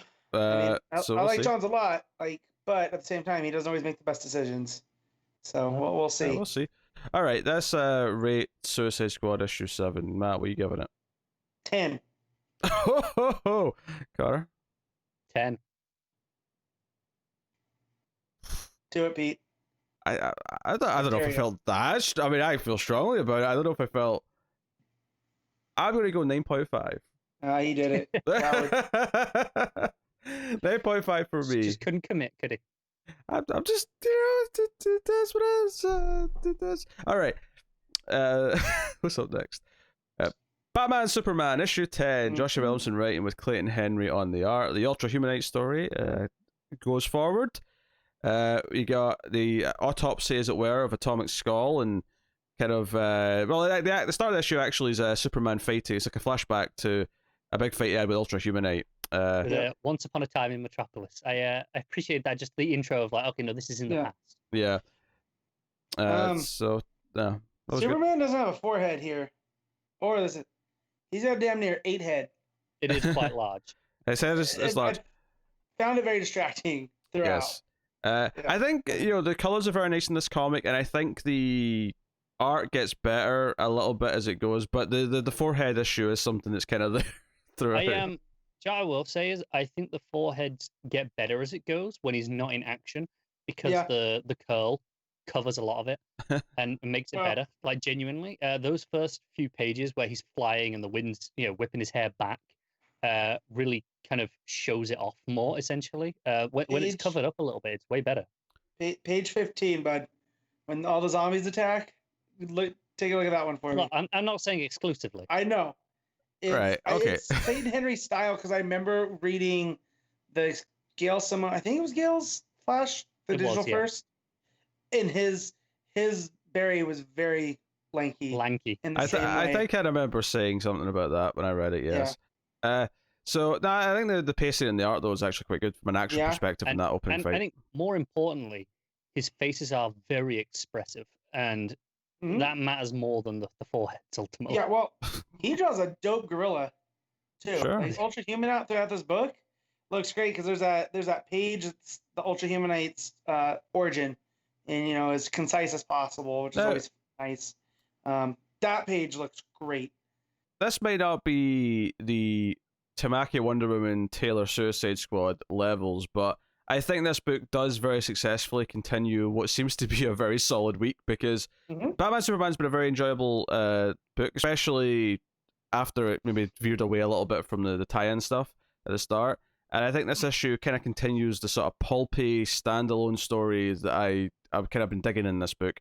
You know, they do a bit of investigating on the Atomic Skull stuff. They try to figure out why Ultra Humanite's involved. Well, they've realized that he's involved for a start. Superman sort of has that realization later, based on what's going on. Some of the tech in Atomic Skull is this Wayne Tech chip, and there's a bunch of tech from LexCorp and, you know, Horde Industries, you know, all the big companies. And Bruce kind of figures out that, okay, well, either you spend a long time stealing this tech from lots of different highly secure places, or you get it from a place that kind of has a little bit of everything. And he goes to this kind of waste disposal place that he sends a lot of volatile elements. Apparently, a lot of Joker toxin gets sent here, and it's the most secure place. And I like the idea of that. It's one of those things I like that they do in comics, where it's like, well, yeah, of course, there's going to be one of these places in this world. My favorite, it has to be. My favorite tidbit here is Superman, because they're coming out of the building. Superman's like, you know, breaking it out is not really my skill set, and Bruce is like, relax, I own it. We're not breaking in. It's mine. Yeah.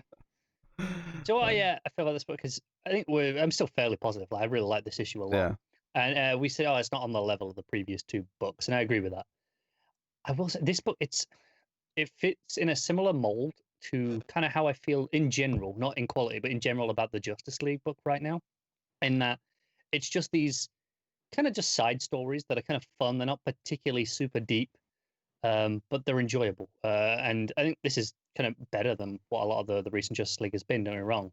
Yeah, But, I would say that. barring the actual tie-in stuff, once we got past that and we did like the Lazarus Pit with Ray Shazad, it feels like it's just going to be these kind of fun schlocky stories that are kind of going to stand on their own, and I'm here for that. And I'm okay with that. Williamson's really good at those. Yeah, I'm okay with that, but I think the quality is still something that goes up and down in schlocky stories, and I think this is higher quality than what Justice League's been doing. I agree. That's why I said that, and but just in the tone, the feeling, like this doesn't feel like his Flash, for example, where it's this one giant epic. This feels like no, he's being a bit more laid back with this book, and maybe it'll build to something later. I don't know, but I'm okay if it doesn't. That's what I figured. Have you guys read Nailbiter? No. Yeah, because Nailbiter does that a lot because it's very much a horror book, but it goes into these not ups and downs because it's all pretty solid, but yeah, there's these peaks and valleys that he builds in, and you could say it's very schlocky, like some of the places that it goes, and the mystery that it builds to might not, for me at least, didn't end up being what I thought it was going to be. And I feel that that's a lot of the same here with his Batman Superman. Like there's these peaks and valleys, but it's still fun. Do you feel on Nailbiter and kind of what we're kind of getting at here is that the journey is ultimately more enjoyable than the ending, perhaps, but because the journey is enjoyable enough, it's still worth recommending. Right. And that I would definitely recommend Nailbiter. And then I'm waiting for Nailbiter to put it's got the sequel series out right now, and how many issues it's going to be. But I read Nailbiter in trade, so I'm going to keep that going. Right. So now when you look at it back that way, that he's had plans to do a follow up, so the way that it ends, but that was on purpose. But in the moment, you're like, oh. So it's kind of like the same with the Flash, where it's like, well, this is just running in circles, pardon the pun. But when he announced, oh no, there's finish line coming, you're like, oh okay, well there's that. With something like this, which is a little bit more open ended, I feel like he doesn't have that pressure. He can just tell these small stories, that are 3 to 4 issues a piece, and then move to that. I think when you've already got multiple back books and multiple super books, there's no pressure for you to be telling that amazing story every time. You can have more fun. And like I say, that's kind of what Justice League is at the minute, is doing those style of stories. And this is better, again, but it falls into a similar vein of storytelling. And I kind of miss having some books like this. As long as the quality's at a place where it feels like I'm having good time. Art's mostly good. I mean, 4 head issues aside in this one. That's. But again, I feel that that's a feature of Clayton Henry's art, not a bug. Yeah. Right. Like that's just how he does it. I love how big. I feel the same about is, even when he's in the cowl. Yeah. So the quality you guys are talking about is also how I feel about Batman: The Outsiders, where the art's always pretty good. The stories, a lot of fun to read. And it's just kind of this mid-level book that doesn't have to be anything else that there's no, what's the word I'm looking for? Not pressure, but there's nothing built but in that I often end up enjoying Batman the Outsiders and Batman Superman more than I do some other books that are trying to do these bigger stories, because the quality is just higher, despite the fact that it's not trying to do these big sagas that are taking 50, 100 issues, whatever it is. And I think it comes down to something we mentioned earlier, with a bit of editorial freedom. Perhaps they have a little bit more freedom in these style stories than the ones with the big pressure, and like this compared to, say, Joker War. I imagine Williamson got a lot more freedom here. But to just get back to what's going on here. So basically, because the device that was stolen was the same device that Ultra Humanite was going for in the flashback, Superman kind of clocks who it is and explains to Batman who this guy is. It explains his backstory a little bit. So if you don't know who he is, and I mean even EB I think forget, because it's not like it comes up that often. Just because it gives you here's a quick bit of history who Ultra Humanite is, and then of course just as they're having this conversation. Very Grodd like this part. All the people in the building start talking to them. All the workers are already dead. Even though I say it's Grodd, like Grodd literally just can do this to anyone at any point, and then they're fine afterwards. these people are already dead. These are people that zombies. Humanite is, killed and like modified to speak for him. So he's speaking through these people. So Batman and Superman have to take care of them. There's one that's going to explode, so Superman has to fly him out into the sky and get rid of him. Yeah, because that was the whole thing, is he'd actually put a detonator inside Atomic's skull and was what was setting him off. So that was this, same thing was going to happen here. But this was all a ruse for Batman to be on his own so that they could kidnap Batman. And because there's a line when he's talking to them when they're fighting that implies like, oh, he wants Superman's body. He wants a body that is more powerful and is the best body he can get. But then the twist is that it's not Superman's body he's actually after. He's got Batman strapped to a table, and he's like, blah, blah, I'm going to do this, I'm going to do that. Batman breaks out, and he's like, well, that's the thing, I enjoy being a proper villain. He hits a button, and Batman starts glowing like Atomic Skull. He's already done the surgery while he was asleep, and that's the cliffhanger of the issue. It's a pretty good final page. Yeah, it says next Atomic Batman, which I'm sure Matt loves the idea. I mean, if that means that, Bruce is gonna have like Ghost Rider powers, and I don't like it. I don't think so. If it's just his skull burning, then I'm like, okay. I think it just means there's a potential. He's going to look a bit weird for a while. He's going to maybe explode, and then they'll fix something and he'll be back to normal. I think that's the extent of this. But pretty much, yeah. But that's a fun cliffhanger. The battle piece around Batman's good. I really enjoyed the flashback at the start. I thought the art was. Again, forehead aside, it flowed really well action wise, panel to panel. Yeah, I love. Clayton Henry did this a lot in the flashback as well, but just the solid speed lines, like where that like third or fourth panel, whatever it is of the whole book, where Superman's being thrown into the truck, and it's just a big red line of big blocky line of the path that he's come from. It's just a nice touch that just looks really solid and gives it that weight to it. Mm-hmm. Yeah, but no, solid fun. Matt, what are you giving Batman Superman issue 10? I'm gonna give this a solid. No, I'll give it a 7.5. Still pretty good, but the art did. I was gonna give it the 8, but then I remember the foreheads. You could just give it an 8 that's not solid. And that's not solid. A soft 8. Soft 8. Yeah. Well, that's why you say solid something, because you're saying no, it's just really comfortably. To me, that. Solid means 0.0, not 0.5. So. You could have a solid 7.5 or a solid 8, or you could have a regular 8 and a regular 7.5. Yeah. Or we just don't rate it because rating is pointless, but hey. How dare you get that heretic language off my podcast, you Philistine. All right, Connor, will you read it? But after Connor gives says, I'll tell a quick story. Okay. if it's calling him a Philistine instead, I'm here for that story. No, it was calling my mother-in-law a Philistine. Okay. But I am going to give it the 8. I think even with the foreheads, I like the art enough that it just about scrapes there. Like early on in that flashback with the Ultra Humanite's body just being blown up and just being like half open. Yeah, his shoulders glorious. Yeah, his whole shoulder and arms just kind of missing. Yeah, I think that looks glorious, and so yeah, I will give it the 8. A soft 8, but an 8. Yeah, I'm kind of torn in there. I will also give it the soft 8. Not the solid 8. Do we have to add in like liquid state and gas state for each of these as well? Alright, that's Batman Superman issue 10. Legion of Superheroes issue 7, Brian Michael Bendis writing with Stephen Byrne and Ryan Sook on the art. First thing I'm going to say about this is that, like, it said in the credits that Sook did the first page and then Byrne did the rest, and I'm like, honestly, I couldn't tell that. Like, it still looks. Byrne did a great job matching Sook's style with this. Really? He did, and it doesn't look like Byrne that I'm used to from like Wonder Twins or some of his other stuff. So, honestly, he's done on. Byrne has a very distinctive style that I can picture very. If they tell me that this credits page is like a mistake and they copied in the wrong thing and he's not actually on the book, I would believe them, because I honestly thought this would look Sook the entire time. I know he is on the books. I know he was tweeting about it this week. Yeah. Because he has a very cartoony style, very clean lines, very cartoony and expressive, and it's great. It's toned down, but you can tell that it's still Byrne. Like, you look at it, and you're like, no, because if he was doing this series on Twitter of Marvel versus DC stuff, so there was some like really cool like Batman versus Cap and Superman versus Hulk. The one that really stood out was Wonder Woman and Thor. Like it looked fantastic. I'm actually going to Comixology now just to get preview pages. Yeah.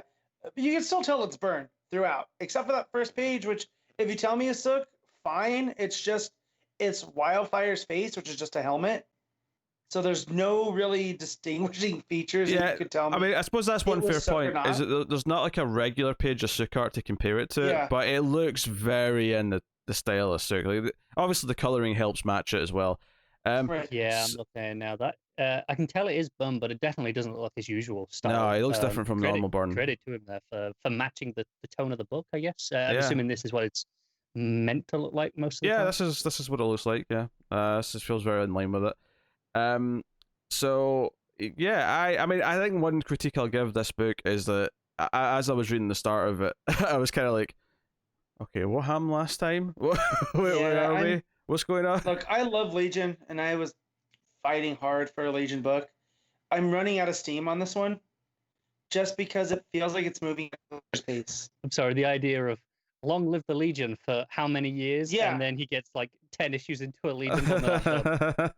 Like I almost wish Bendis would hand this off to someone else, like a like a Mark Russell, right? Because I feel like Mark Russell could tell this story, and it just everything comes off as dry here, and I don't know. It's lacking. Like here. Go ahead, Pete. It's lacking a little momentum, and I do feel like the characters I mean, this is obviously a common Legion problem, but I do feel like maybe like having a few less characters might help things overall, because there's a lot of individual moments and scenes in here that I still really like, and it's still a very good issue, but we're still dealing with the Rimbor stuff, and it feels like I don't know. I feel like with the Legion book, stuff should be moving a little bit quicker. And I think my stuff in and out. Yeah, my bigger problem, I think, is that it's been kind of like flipping between its focus issue to issue a little bit.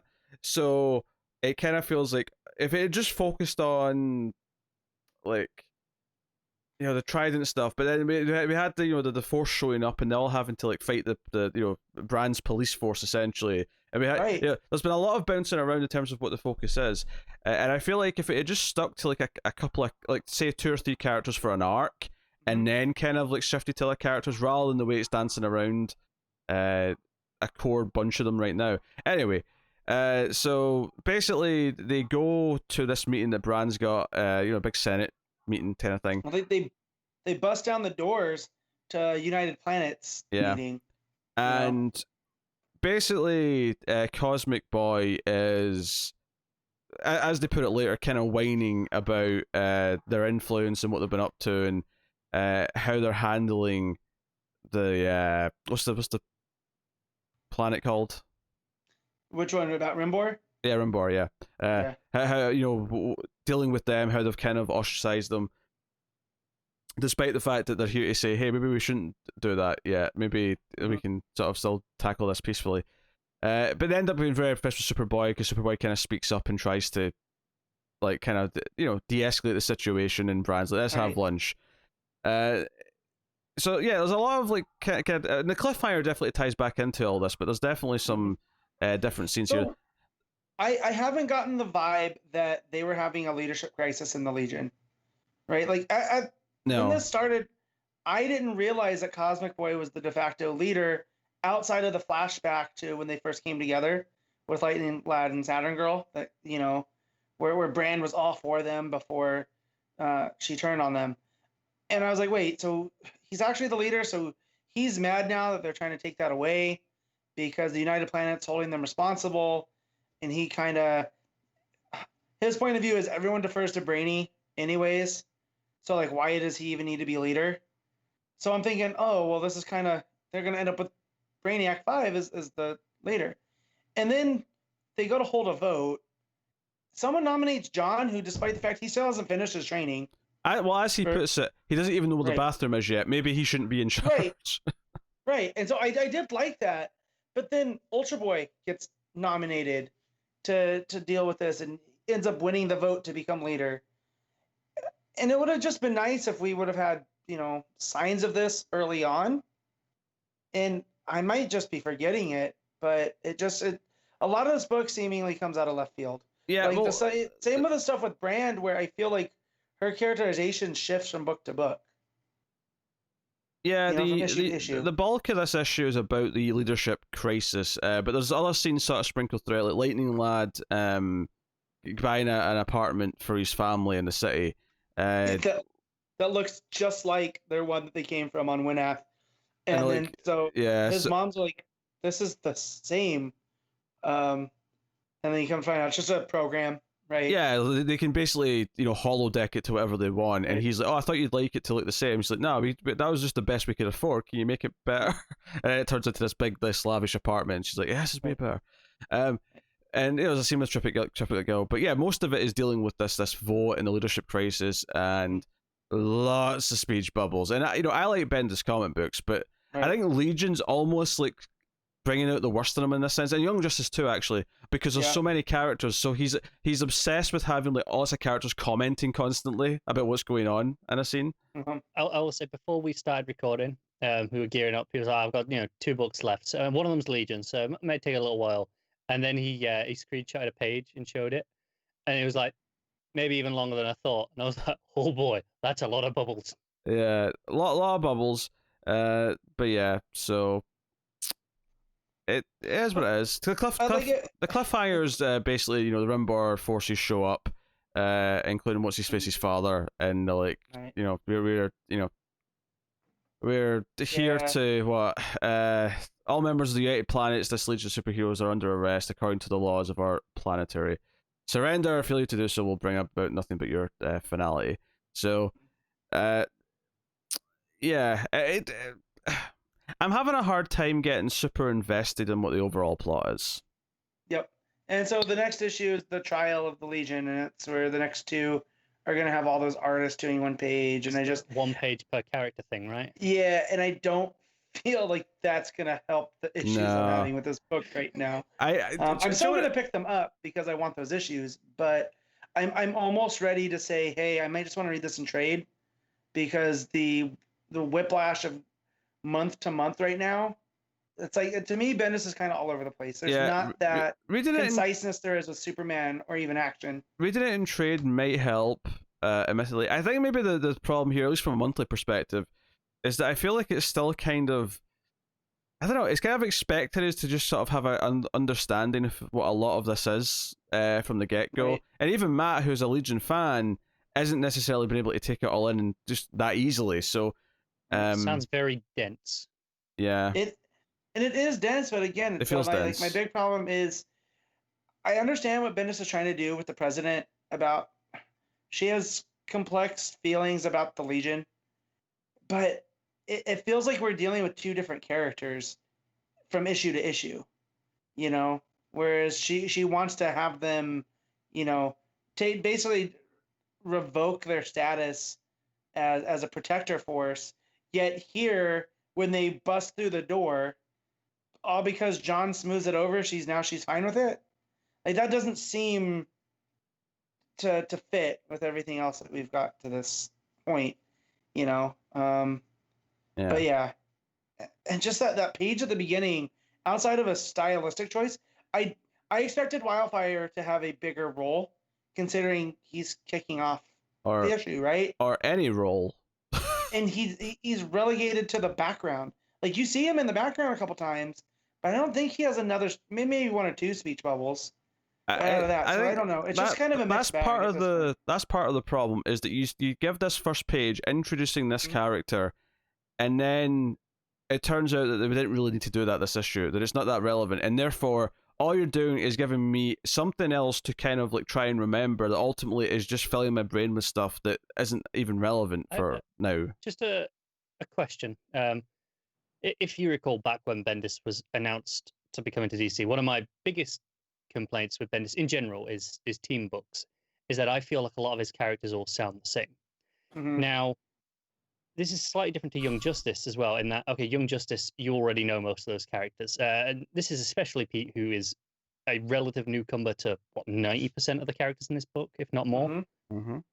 do they feel distinct to you when they're all talking in this issue? When there's bubbles from everyone, are you able to tell this is this character, or does it all just kind of sound interchangeable? I don't know. It's kind of. I mean, I feel even not having the prior, because these are different versions, right? So I got the vibe here that Cosmic Boy is still a hothead, right? That was more traditionally Lightning Lad. So if they're going to switch that, that's fine, because that's been consistent thus far. Sure. Is that Bendis's Cosmic Boy is the hothead that rushes in without thinking, and that's why they're challenging his leadership. So that's still all there. So when he does have the argument with Saturn Girl, that all feels unique between the characters. But then when you start throwing all these other characters in, it does feel like it's kind of up to the artist who they want to draw in there, because it's not driving the story forward. It's almost like background noise. Yeah. So you can put in whoever you want. Those other the main 3 or 4 characters maybe are distinct, but then all the other side stuff. It could do with toning some of that stuff down. I did chuckle. Triplicate Girl's got a joke at one point when they were voting. Yep. Where one of them says, "What if we just all vote for ourselves?" And the other Triplicate Girl goes, "Shh, then we'll win." Right. Which I thought was so Triplicate Girls vary because of the way that the bubbles go and the way that she's represented. Each of her words are almost a different color, right? Not words, but each of the bubbles, depending who's talking. So that fits. So she sticks out. But Colossal Boy shows up at one point. They don't even address him as Colossal Boy, because at least my issue didn't have it. Had the symbols, but not the names. But I happen to know his name's Jim, spelled Gim, from me. But outside of that, I wouldn't have no idea, why he's pushing in on this, because there's no character development with him up to this point. He's almost just like that could have been anybody. Same with Mon-El. They haven't even addressed his name's Mon-El, and he has some type of relationship to the House of El. So I thought that was like John would want to know. Here. Right. So they call him Mon. And so you're thinking they're sitting next to each other, and he's arguing with Colossal Boy over this stuff, but it never gets brought up. So again, that could have been anybody at this point.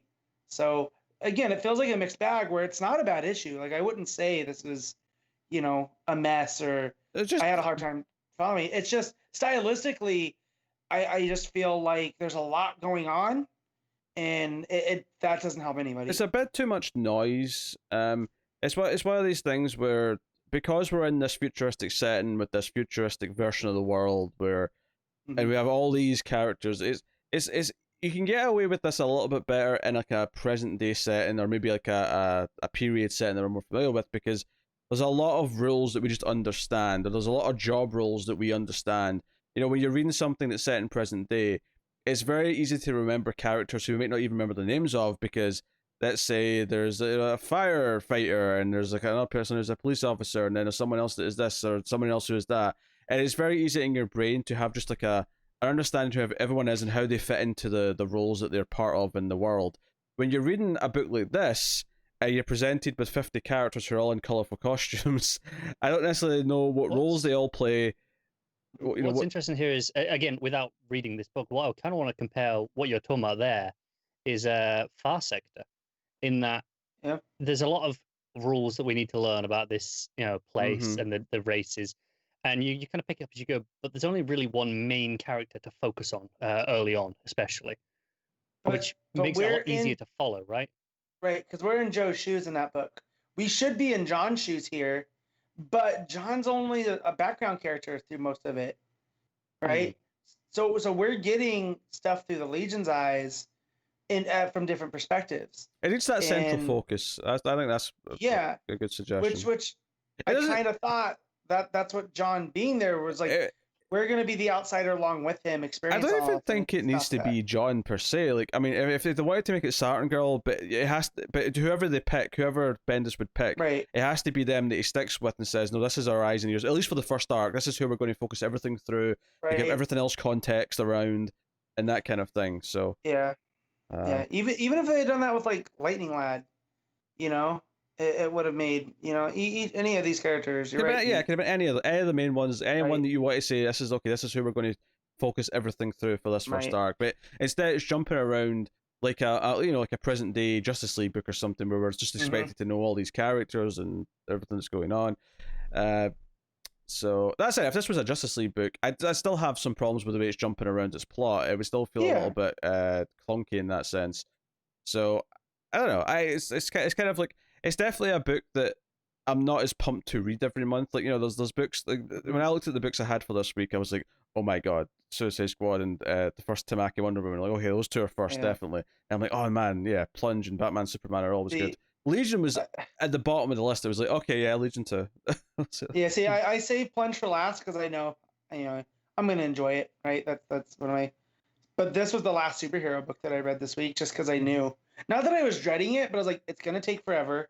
I tried to read it at work, and I got to that. I saw that first page, and I put it back in its sleeve and put it back in my backpack because I was like, I'm not gonna be able to read this with a bunch of people around. Like, I need to focus. You're not gonna take any of that in. Yeah, so I slowly put it back, and I saved it till this morning. So yeah, it's a shame because I do love Legion, but again, it's so complex because I wouldn't say it's a bad book. No, it's just it can do things better. It's in that awkward territory where I'm happy to keep reading it, but I'm reading it under the hope that it gets better rather than I'm excited because it's really good. I might just have to get through the first 12 issues, so I have those, and it might be on the chopping block of physical. Yeah, well, more books I expect to be ending in November and December, so we'll see what the relaunch slate's like, maybe, and then reassess. Yeah, I think when we were talking about this last week in terms of new books being announced, we do have that DC fandom thing in sometime in August. Yeah. And they did say there would be comic book news in that, so we might get. I mean, maybe that's where they announced the slate. I mean, and I think that'll be around Solicit's time, so maybe we'll get something. Unless it's just a little bit too early if they're saving everything for post metal, but maybe they'll actually launch a lot of books alongside the end of metal, and it won't actually be that early to do it next month. Yeah, or this month. I mean, it's possible though that. I mean, when you have big announcements like that, you can announce them a couple of months before Solicit's and get away with it. Yeah. I just know from I want to say it was Ryan Higgins that the Comic-Con at home didn't go over as well as they were hoping it would. Yeah, I didn't hear a lot of interesting stuff coming from that, to be honest. But then again, I'm like, well, that's because there was no big announcements. Like, I'm sure if you wanted to tune into those panels, I'm sure you got a lot of what you would want. But I don't think that's Comic-Con's fault. That's all the companies kind of pulling out. Reasonable amount of TV news in it, I think, from various places, but not much for comics. Yeah, I will say that I think there was a bit of interest. At least I don't know if it was just for me or for all of us, but like asking what we thought of what about the Superman clip from the Snyder cut, and I'm like, I've not watched it. I don't care. Oh, I watched it, but I don't care. It's not. It's something that I am so vehemently against. I hate. I'm gonna go on a rant real quick. I hate that Snyder only was interested in using Superman as a villain. That's all he cared about. Is every choice from Man of Steel forward. Wait, is it Matt? Just I've not seen the clip. Is he a villain in the clip? Is that what's? He shows up in a black suit and wrecks somebody. Okay. Yeah, it's not. It's not like it was in Justice League where he shows up and he's all, almost Lazarus Pit madness. Bloodlust. Right. It wasn't like that. It was he flies down. I think maybe he saw something covered. I don't know. I put it out of my brain as soon as it went in. But I feel like Snyder was only interested in telling this dark version of Superman, and this is what we're going to get in Justice League, because in his brain, Superman will be heroic at the end. But dude, what are you doing? There's no character development. You killed him in the second movie for no reason other than you want to do the death of Superman. Mm-hmm. No amount of him showing up in a black suit and cool. Like I don't know. I feel like I engage in comics on a deeper level than that, and I see that a lot. Like those are the same to me. Those are the same people that think Joker is super deep. And I was like, you can like that movie, fine, but don't tell me it was deeper than what it was, Yeah, I should know bringing up that clip with the sent Matt on a rampage. I'm on record as just I'm not talking about that movie anymore. I'm not sharing anything about it. Just don't care. It doesn't exist. That's it. I'm done. I'm not really paying attention. I will watch it when it hits because I'm not. Oh, I will because I love to hate watch stuff. I need to watch it and review it. I need to do it. Because I would have to be paid even if Pete never posts the review, Pete will film a review so he has an excuse to watch it. And I get that, Pete, because that's going to be 4 hours of your life you're never going to get back. Yeah, I'll make some content out of it. People will care. Didn't you say it was going to be significantly longer than originally planned? Oh yeah, it's like a mini series now. It's going to be like 4 hours of like. But it's not going to be episodic. It's going to be 1 4 hour mind-numbing. That's what I heard. That's what. Well, Matt, have fun, Pete. We can. Matt might be in for this. We can. I might watch it in chunks, but I do. It's like a car crash. Here's the question: why would I spend 4 hours watching that when I could watch Birds of Prey twice, again? True. You have a point. Also, I want to say that this clip also made me defend Man of Steel to somebody online, which I never thought I would. Just on the level, like it's not a good Superman movie, but as a sci-fi, it's not bad. It's not amazing, but it's a solid movie. Just a bad Superman it's like a 7.5 alien invasion movie. Like it's not Arrival. It's more like you know what I mean? Like Arrival was amazing. Is this just because Lois Lane happens to be in Arrival? You thought you'd make the comparison? Because Arrival was sold as kind of like an invasion style movie, but then once you get into it, of course it's not. Like it's the opposite. It's more about understanding, and there's complex emotions and subtlety, and there's none of that in Man of Steel. Like it's mostly Man of Steel is a mostly fun movie that I could put on right now and still be like, yeah, sure, why not? Yeah. All right, okay, let's wrap this background. This is getting into long debate, or not debate. I mean, there's no one really debating much.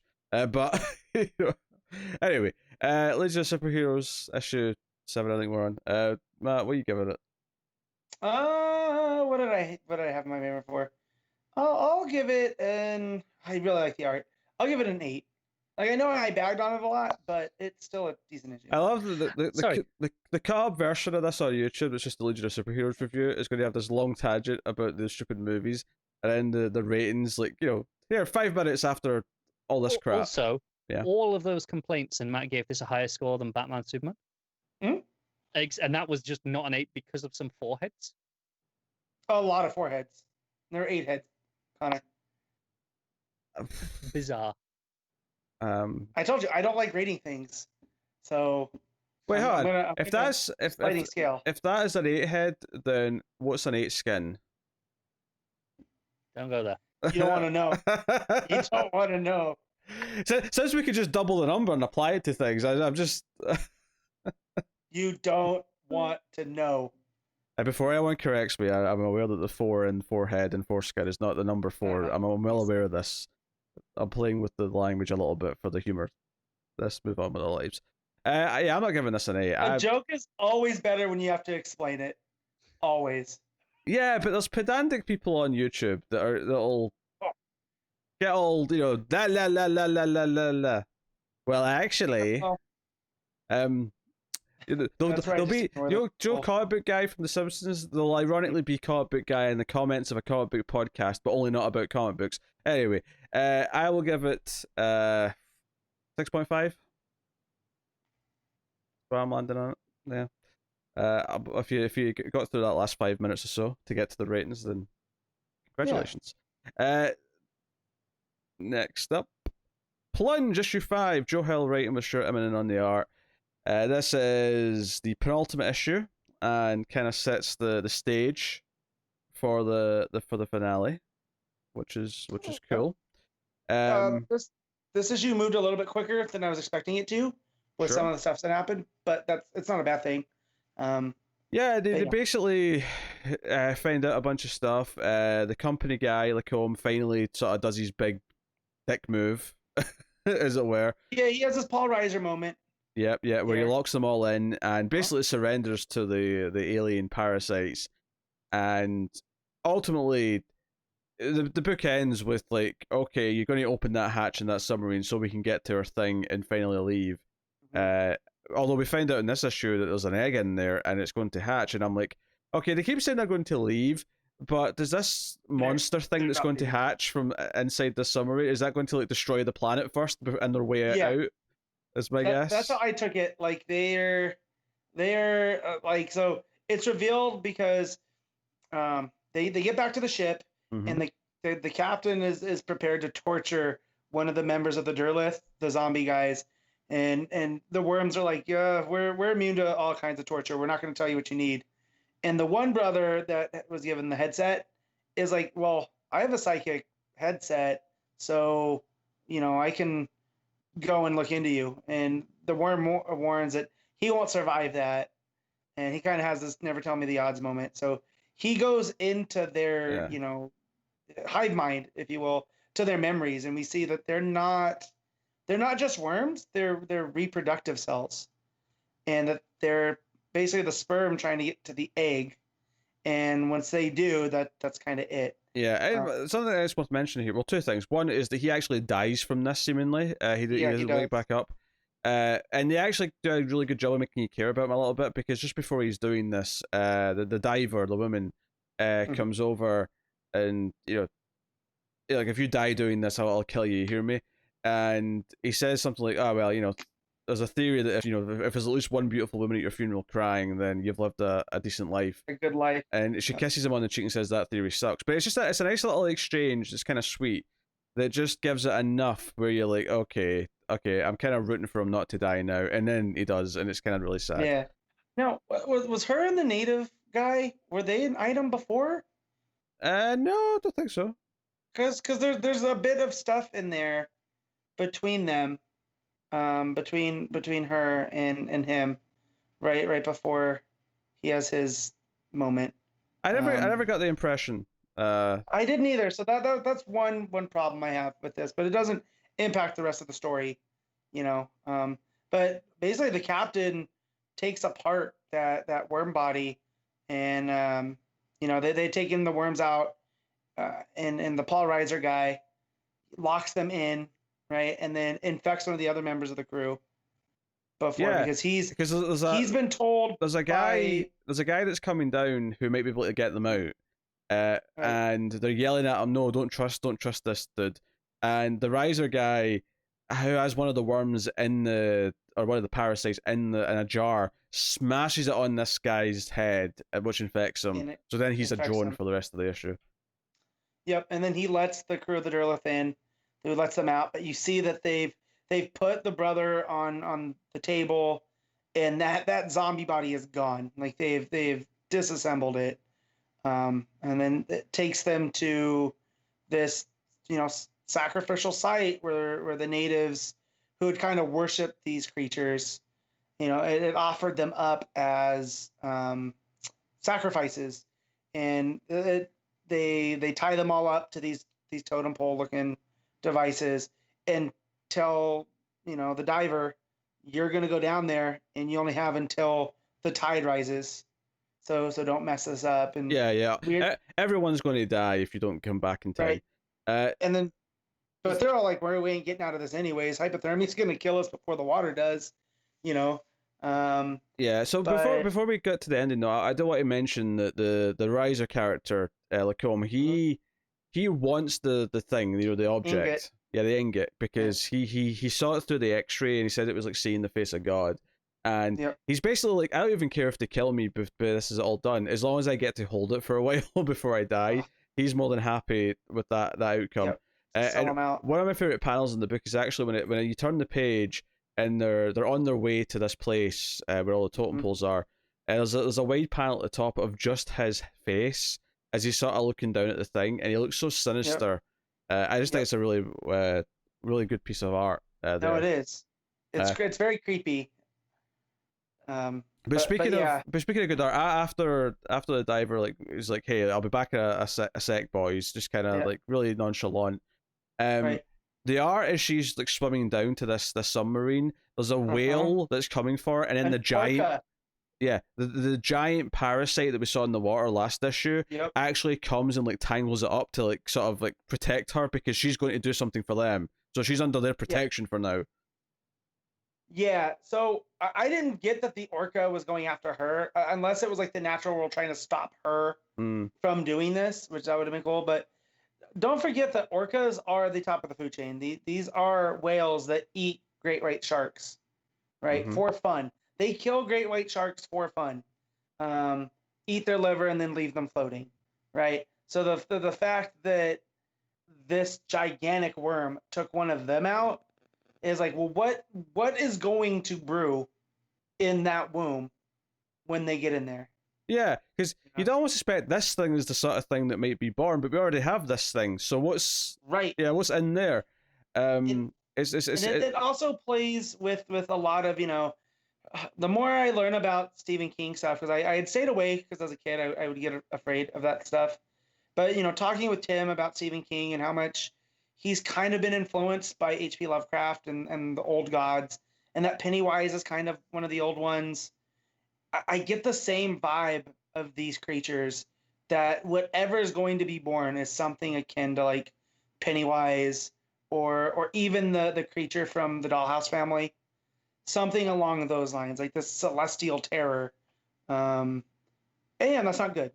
So yeah. Now even after the orca bit, like her swimming down the page where you see the sub, the atmosphere here, the rays of light hitting it from above, like it's really obviously it's a very it's not a busy page. It's a very kind of simple atmospheric page, but it kind of sells the quiet darkness and the dread of it. And the final page is just the hatch. It's just the lever, the valve, and just like, hey, this is it. Yeah. This is opening next issue.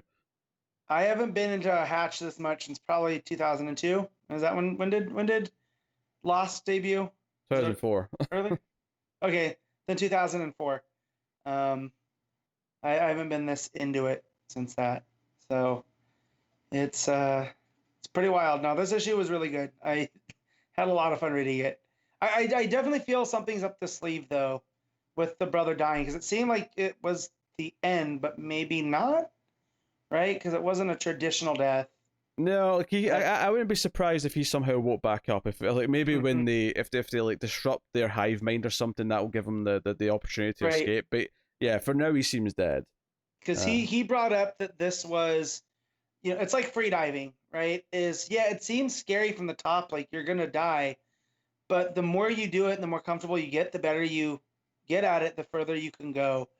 And that he goes, and then his kind of his final words as himself are, "This is what we do. It's not suicide, it's salvage."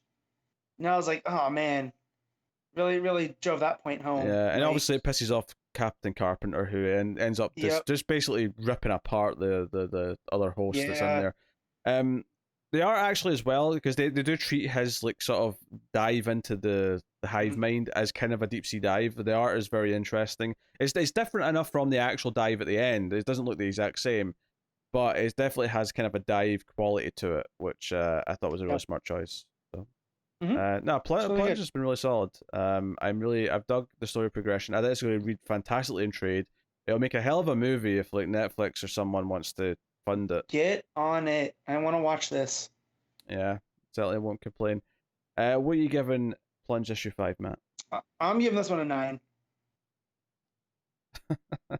Matt with the big numbers this week. I'll probably go with 8.5 on this one. But really good though. Really good. I'm enjoying it. I had a good week of comics. I will rank those in a little bit. Before that though, Connor has a Patreon book, Severed issue 3. He's going to talk about every month on patreon.com/MailFuzzTV. Our patrons at the $30 tiers. There's only a limited number of slots, but you can make me or Connor read a book of your choosing once per month. And Severed issue 3 is one of Connor's books this month. So take it away. Yeah, this is right off the bat the strongest issue of this series, so far at least. It's the most focused. It's got the most going on for it.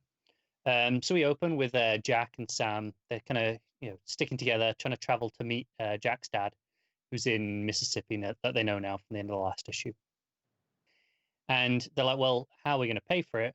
So he gets out his violin and starts, playing in public to try and, get a bit of cash from passers-by, a bit of busking, good old-fashioned grafting work. And, it does all right. They're not like, raking it in, but they get enough to pay for a train ticket or whatever it's going to be. Get some food in the diner. Enough that they can, order whatever they want from the menu, which is unusual for them both, who are, both kind of not had a lot of money up to this point. And Sam's acting as his manager and be like, yeah, this is what we're going to do. It's going to be great. But as they're out and about, they're playing the next day. The salesman from the first issue or two, the vampire, so to speak, shows up and talks to them. Is like, hey, I'm with Victrola, and here's my business card, because this is the guy who he killed, whose identity he killed in issue 2, I think. And he's like, hey, I could maybe get something for you. Come with me, and we'll go back to mine. We'll have a few drinks, some food, and we'll relax for a bit and listen to some records, and then we'll maybe talk about some business. And Sam's understandably a bit, nervous, like, yeah, this feels a bit shady. But Jack, being the naive little boy that he is like, oh, go on then, why not? What can it hurt? So they go back to his place, which is in like some in I think it's in like this old kind of hotel, very rundown looking place. When they get there, they kind of hang around. They're like, noticing all the stuff. Oh, he's got this brand new record player that's nice, which plays with his story of who he is. It's like, okay, he would. And he talks with some authority on the subject. He's like, yeah, it's all fine. It's all, top of the line stuff. But, for me, it's all about, burning your own cylinders. But so, it's really shown that he's dived into the character and knows what he's talking about. And he gives him a couple of beers and, cooks some dinner. And he cooks a duck. And he talks about how, you've got to, he learned from this Chinese person that you've got to treat the ducks well before you eat them, and they'll taste so much better. If you give them beer and fatten them up, and give them some love, they'll taste amazing. And it's all very clear. The subtext of being, this is what he's doing to the two kids here. Is he's giving them the beer, he's giving them the food. So I think he actually says, if you make their last few days amazing, they'll taste better than anything. If you're going to eat an animal, make sure its last days are memorable. And it's like, okay, I see where you're going here. And he starts trying to, test the two of them. They're like, oh, so you two trust each other then? And they're like, yeah, of course we do. And he's like, all right then. And he comes out with a big, massive bear trap and puts it on the table and, and sticks his head in it to prove a point that it's safe as long as the pin is in it. As soon as you take that pin out, it'll snap up. If you throw something in it, obviously, put some weight in it. And he's like, right, okay, let's see how much you trust each other. Jack, put your hand in the trap. And then he's like, and you're fine as long as Sam doesn't pull the pin. And then he throws in $20, which again, we're in like the 30s or 20s or whatever it is. So this is, quite a lot. And then he's like, okay, so $20 is a lot of money, but whatever. And then he goes, but how about $80? That's enough to eat steak every night for a year, and enough to stay off the streets. But Sam still doesn't do it. She doesn't pull the pin. She doesn't take the money. And it's like, okay, I guess you two really do trust each other. But Sam goes off, just to wander around the apartment and just sees the state of the place and just feels like, this kitchen, it's barely used. It doesn't look. Well, it's barely cleaned. It's all old. It's been used in the past, but not recently looking. It's like a mess. So and gets bad vibes. And like, okay, we should go. And they're like, okay, fine. He lets them go. And as they're leaving, Jack goes, thanks for dinner. See you Sunday. He's like, yeah, see you Sunday. Like, what's Sunday? He's like, well, he's going to give us a lift down to Mississippi, and that's the cliffhanger. And it's such a tight issue, and most of it, probably about 2/3, is just this long dialogue sequence between the three characters. But the tension is so palpable. Every moment is like, is this the moment where he's going to turn? and you get okay, he's fattening them up. He's wanting to make them savor this. It's going to be memorable, like he says. But at any minute, it's like, oh, I don't know. And then he has a line at one point how you can't trust women. They're the worst. And of course, he doesn't realize Sam is a girl. She's still in disguise as a boy, from, like she was in the first couple of issues, because it's safer. So it's like, okay, they're setting that up as that, okay, it's untrustworthy. There's going to be something coming from that. And it's just a masterclass of this tension horror writing of what is ultimately a very simple scene for most of the issue. It's three characters having dinner and some drinks, but it's bordering on the terrifying, just without doing anything, and it just makes it spectacular. And the art is gorgeous and really sells every single moment. And the pacing, like when Jack's got his hand in the bear trap, it does all these close-ups, like from the salesman's lips, on his mouth, telling $80. What could you do with that? To Sam's eyes, thinking about it. Back to the salesman's eyes, enough to stay off the streets. To Jack's eyes, looking at Sam, and it's just his eyes and his nose that you can see, but he's notably nervous, going, "Oh my God, will she take this? Because it's a lot of money." And he's only known her a few days, really, and it's just in these small moments that the art really sells it, and that's what makes this issue really fantastic. Yeah, it's probably like a 9 overall. It's really good. Okay. All right. I was just reading about a script that was written for Gladiator 2 once upon a time that sounded batshit insane. It is wild. Oh God. Time travel. Yeah, like okay, I need to read that. Battle through the ages. Because obviously, I mean, spoilers for Gladiator, but Russell Crowe's character kind of dies at the end. That's kind of the whole point of the movie. Yeah, he goes to the Elysian Fields though. So, it's fine. But he basically said to the screenwriter, like, "Hey, you could solve that." And he came up with this thing about heavens and gods and like fighting eternally, and there's going to be scenes during Vietnam and all sorts of crazy shit. Why the hell does this movie not exist? Because they had to make that. Well, him and Ridley had to make that movie about him owning a winery. That was boring as shit. And I know because I watched it with my dad. Which movie was that? Good Year.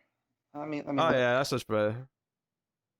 I never saw it, but I'll say. I mean, no, I probably had any plans to watch it, but that movie sounds insane and amazing, and I want to see it. All right, that takes us out of the part of the show where we pick our favorites of the week: favorite panel/moment, favorite cover, favorite art, and of course top 5 books. And given that we read 5 books this week, well, me and Matt did anyway.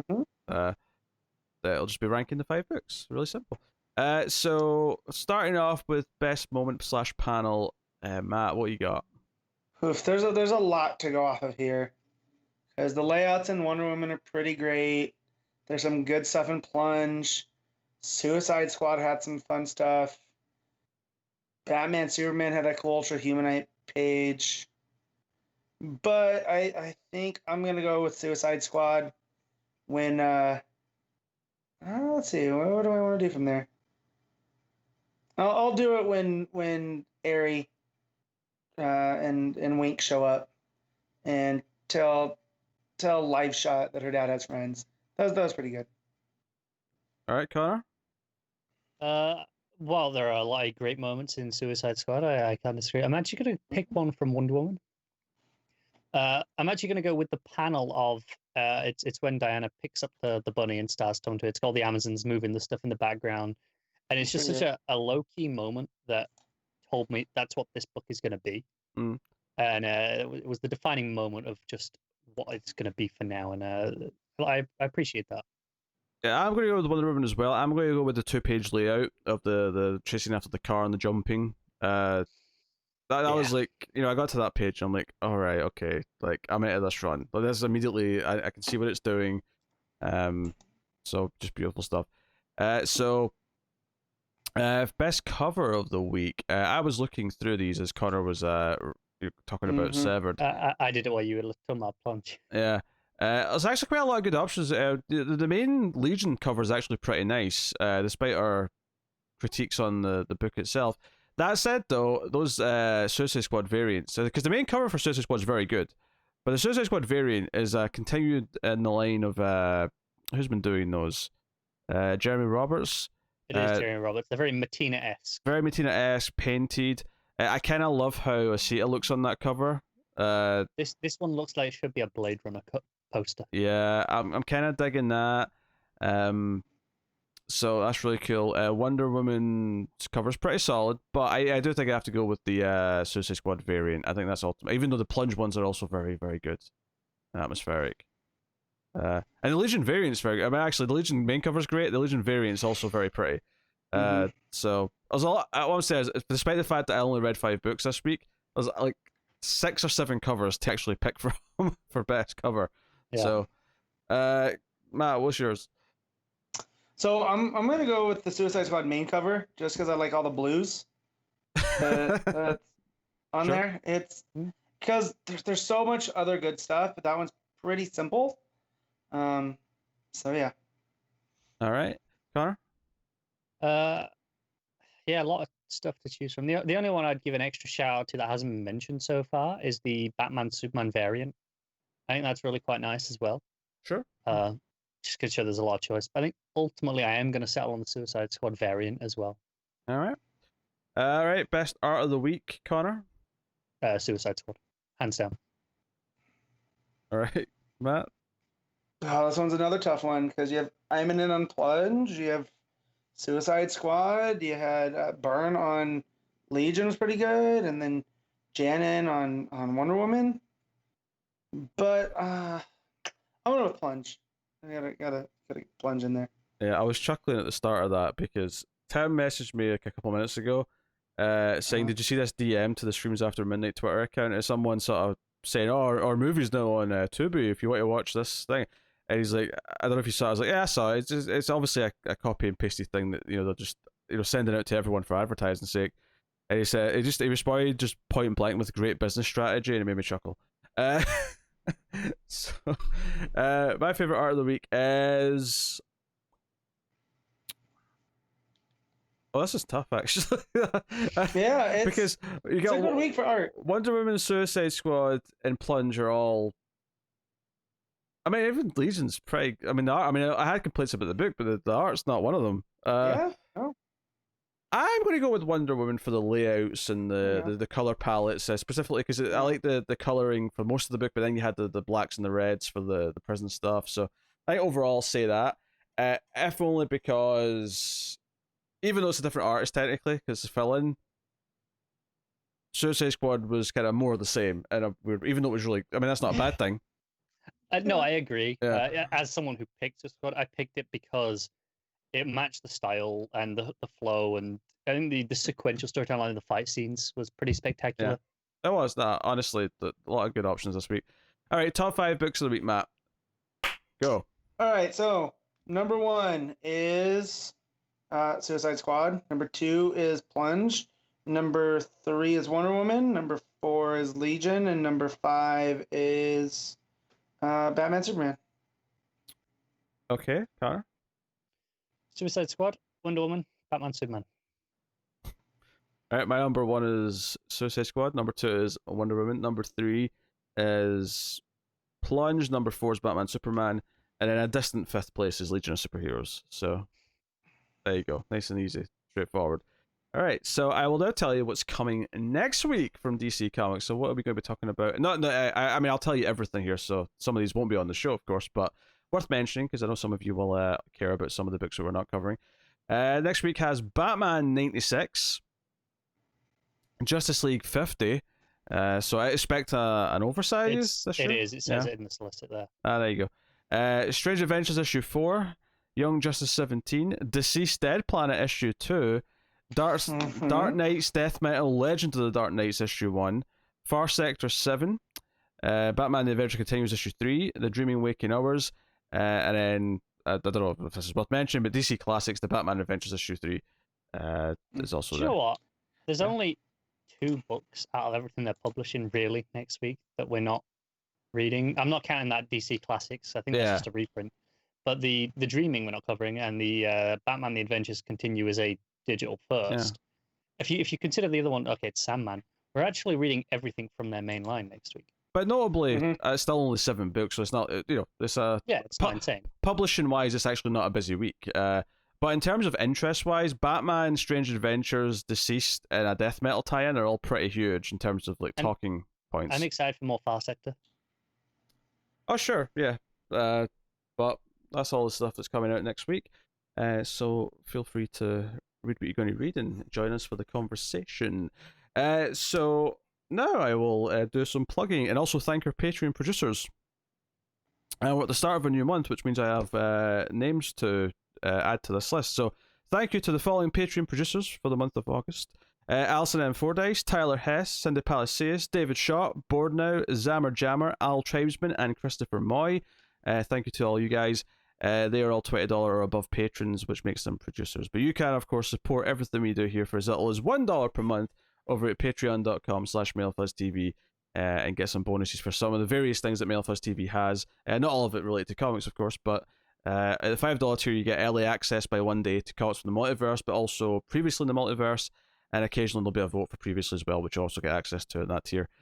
So go and have a look and see if you want to keep all the content coming. The free way to support us, of course, is sharing us out on social media or whatever. A big one though, if you're watching on YouTube, is to hit the like button.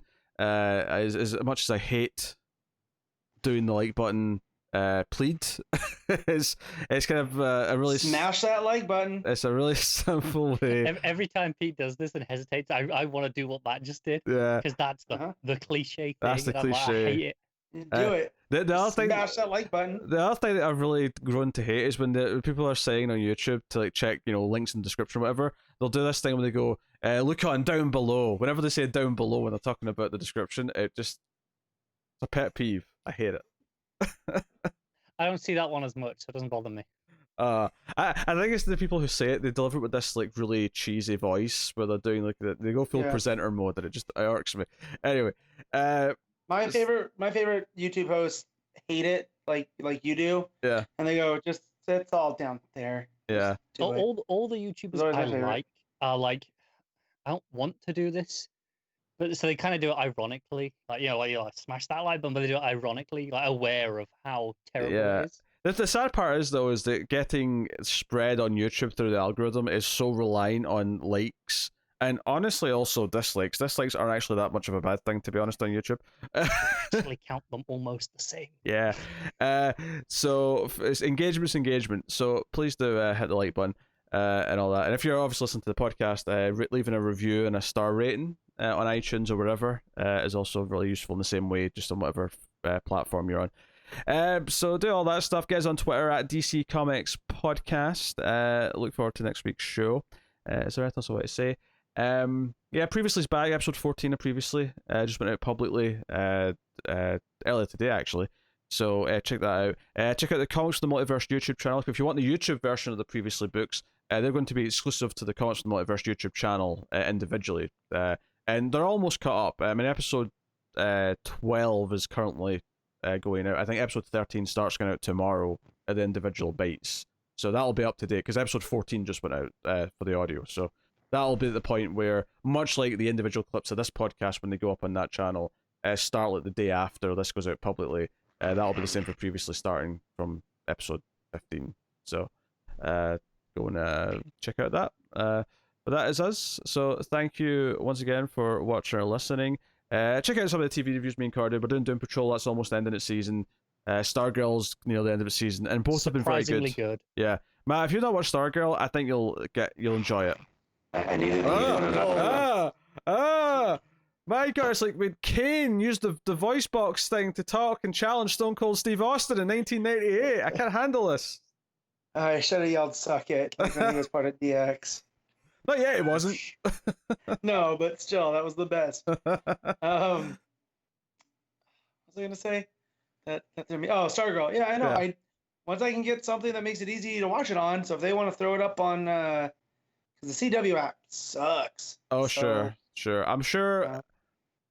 It's kind of weird. Most of the CW stuff tends to go to Netflix soon, but now they've got HBO Max, and because it's technically supposed to be a DC Universe show, I don't know if that means it doesn't go somewhere else, at least for the time being. Once DC Universe is dead, like it's clearly going to be, then we'll see what happens. But I mean, if they want to throw it up on Netflix like they do the other CW stuff, I'll watch it quick. It's Surprisingly it will pretty be a good. very easy, quick watch once it Yeah. finishes. There's only like 2 episodes left, and it'll be Yeah. so easy. Couple of shaky pacing things in the first like 4 or 5 episodes, but once it gets going, it actually gets better and better. So yeah, I'm sure I'll enjoy. So there you go. That has been episode 212 of Comics from the Multiverse. Thank you very much for joining us. Keep reading DC Comics and all that jazz. You can. Is there anything else I need to plug? Actually, I feel like I'm missing something. I don't think I am, but no, I think I'm good. Okay, it's been a pleasure, guys. We'll see you next week for 213, and maybe Connor will finally grow a heart or something. I don't know. what the hell are you talking about? I gave Suicide Squad a higher rating than you because of the heart. Because of the heart. That's Connor has a lot of hearts. They're just from his victims. He doesn't steal hearts. He steals livers to replace his own because all the booze kills them pretty quickly. The turnover rate's quite high. Sorry, Connor. I turned you into that meme of where they show like this is what this heart looks like. This is what this heart. At the end, it goes, "Oh, I'm not making a point. I'm showing you my collection." That's Connor became the version of that. He's like that, but with whiskey bottles. But they're all empty. Yes. Look, he's gonna show us a full one. He hasn't opened it yet. I don't have any that aren't open. That's Maybe. because I don't hoard my bottles. They're not for collecting. They're for enjoying. So when I buy a new bottle, I open it. Yes. Sure. Can't contain himself. Must get that sweet alcoholic release as quickly as possible. I've had one drink today. Screw It's so you. good. Yeah, it was Prosecco. It was a whole bottle. It was a 6.8% cider, and that is it.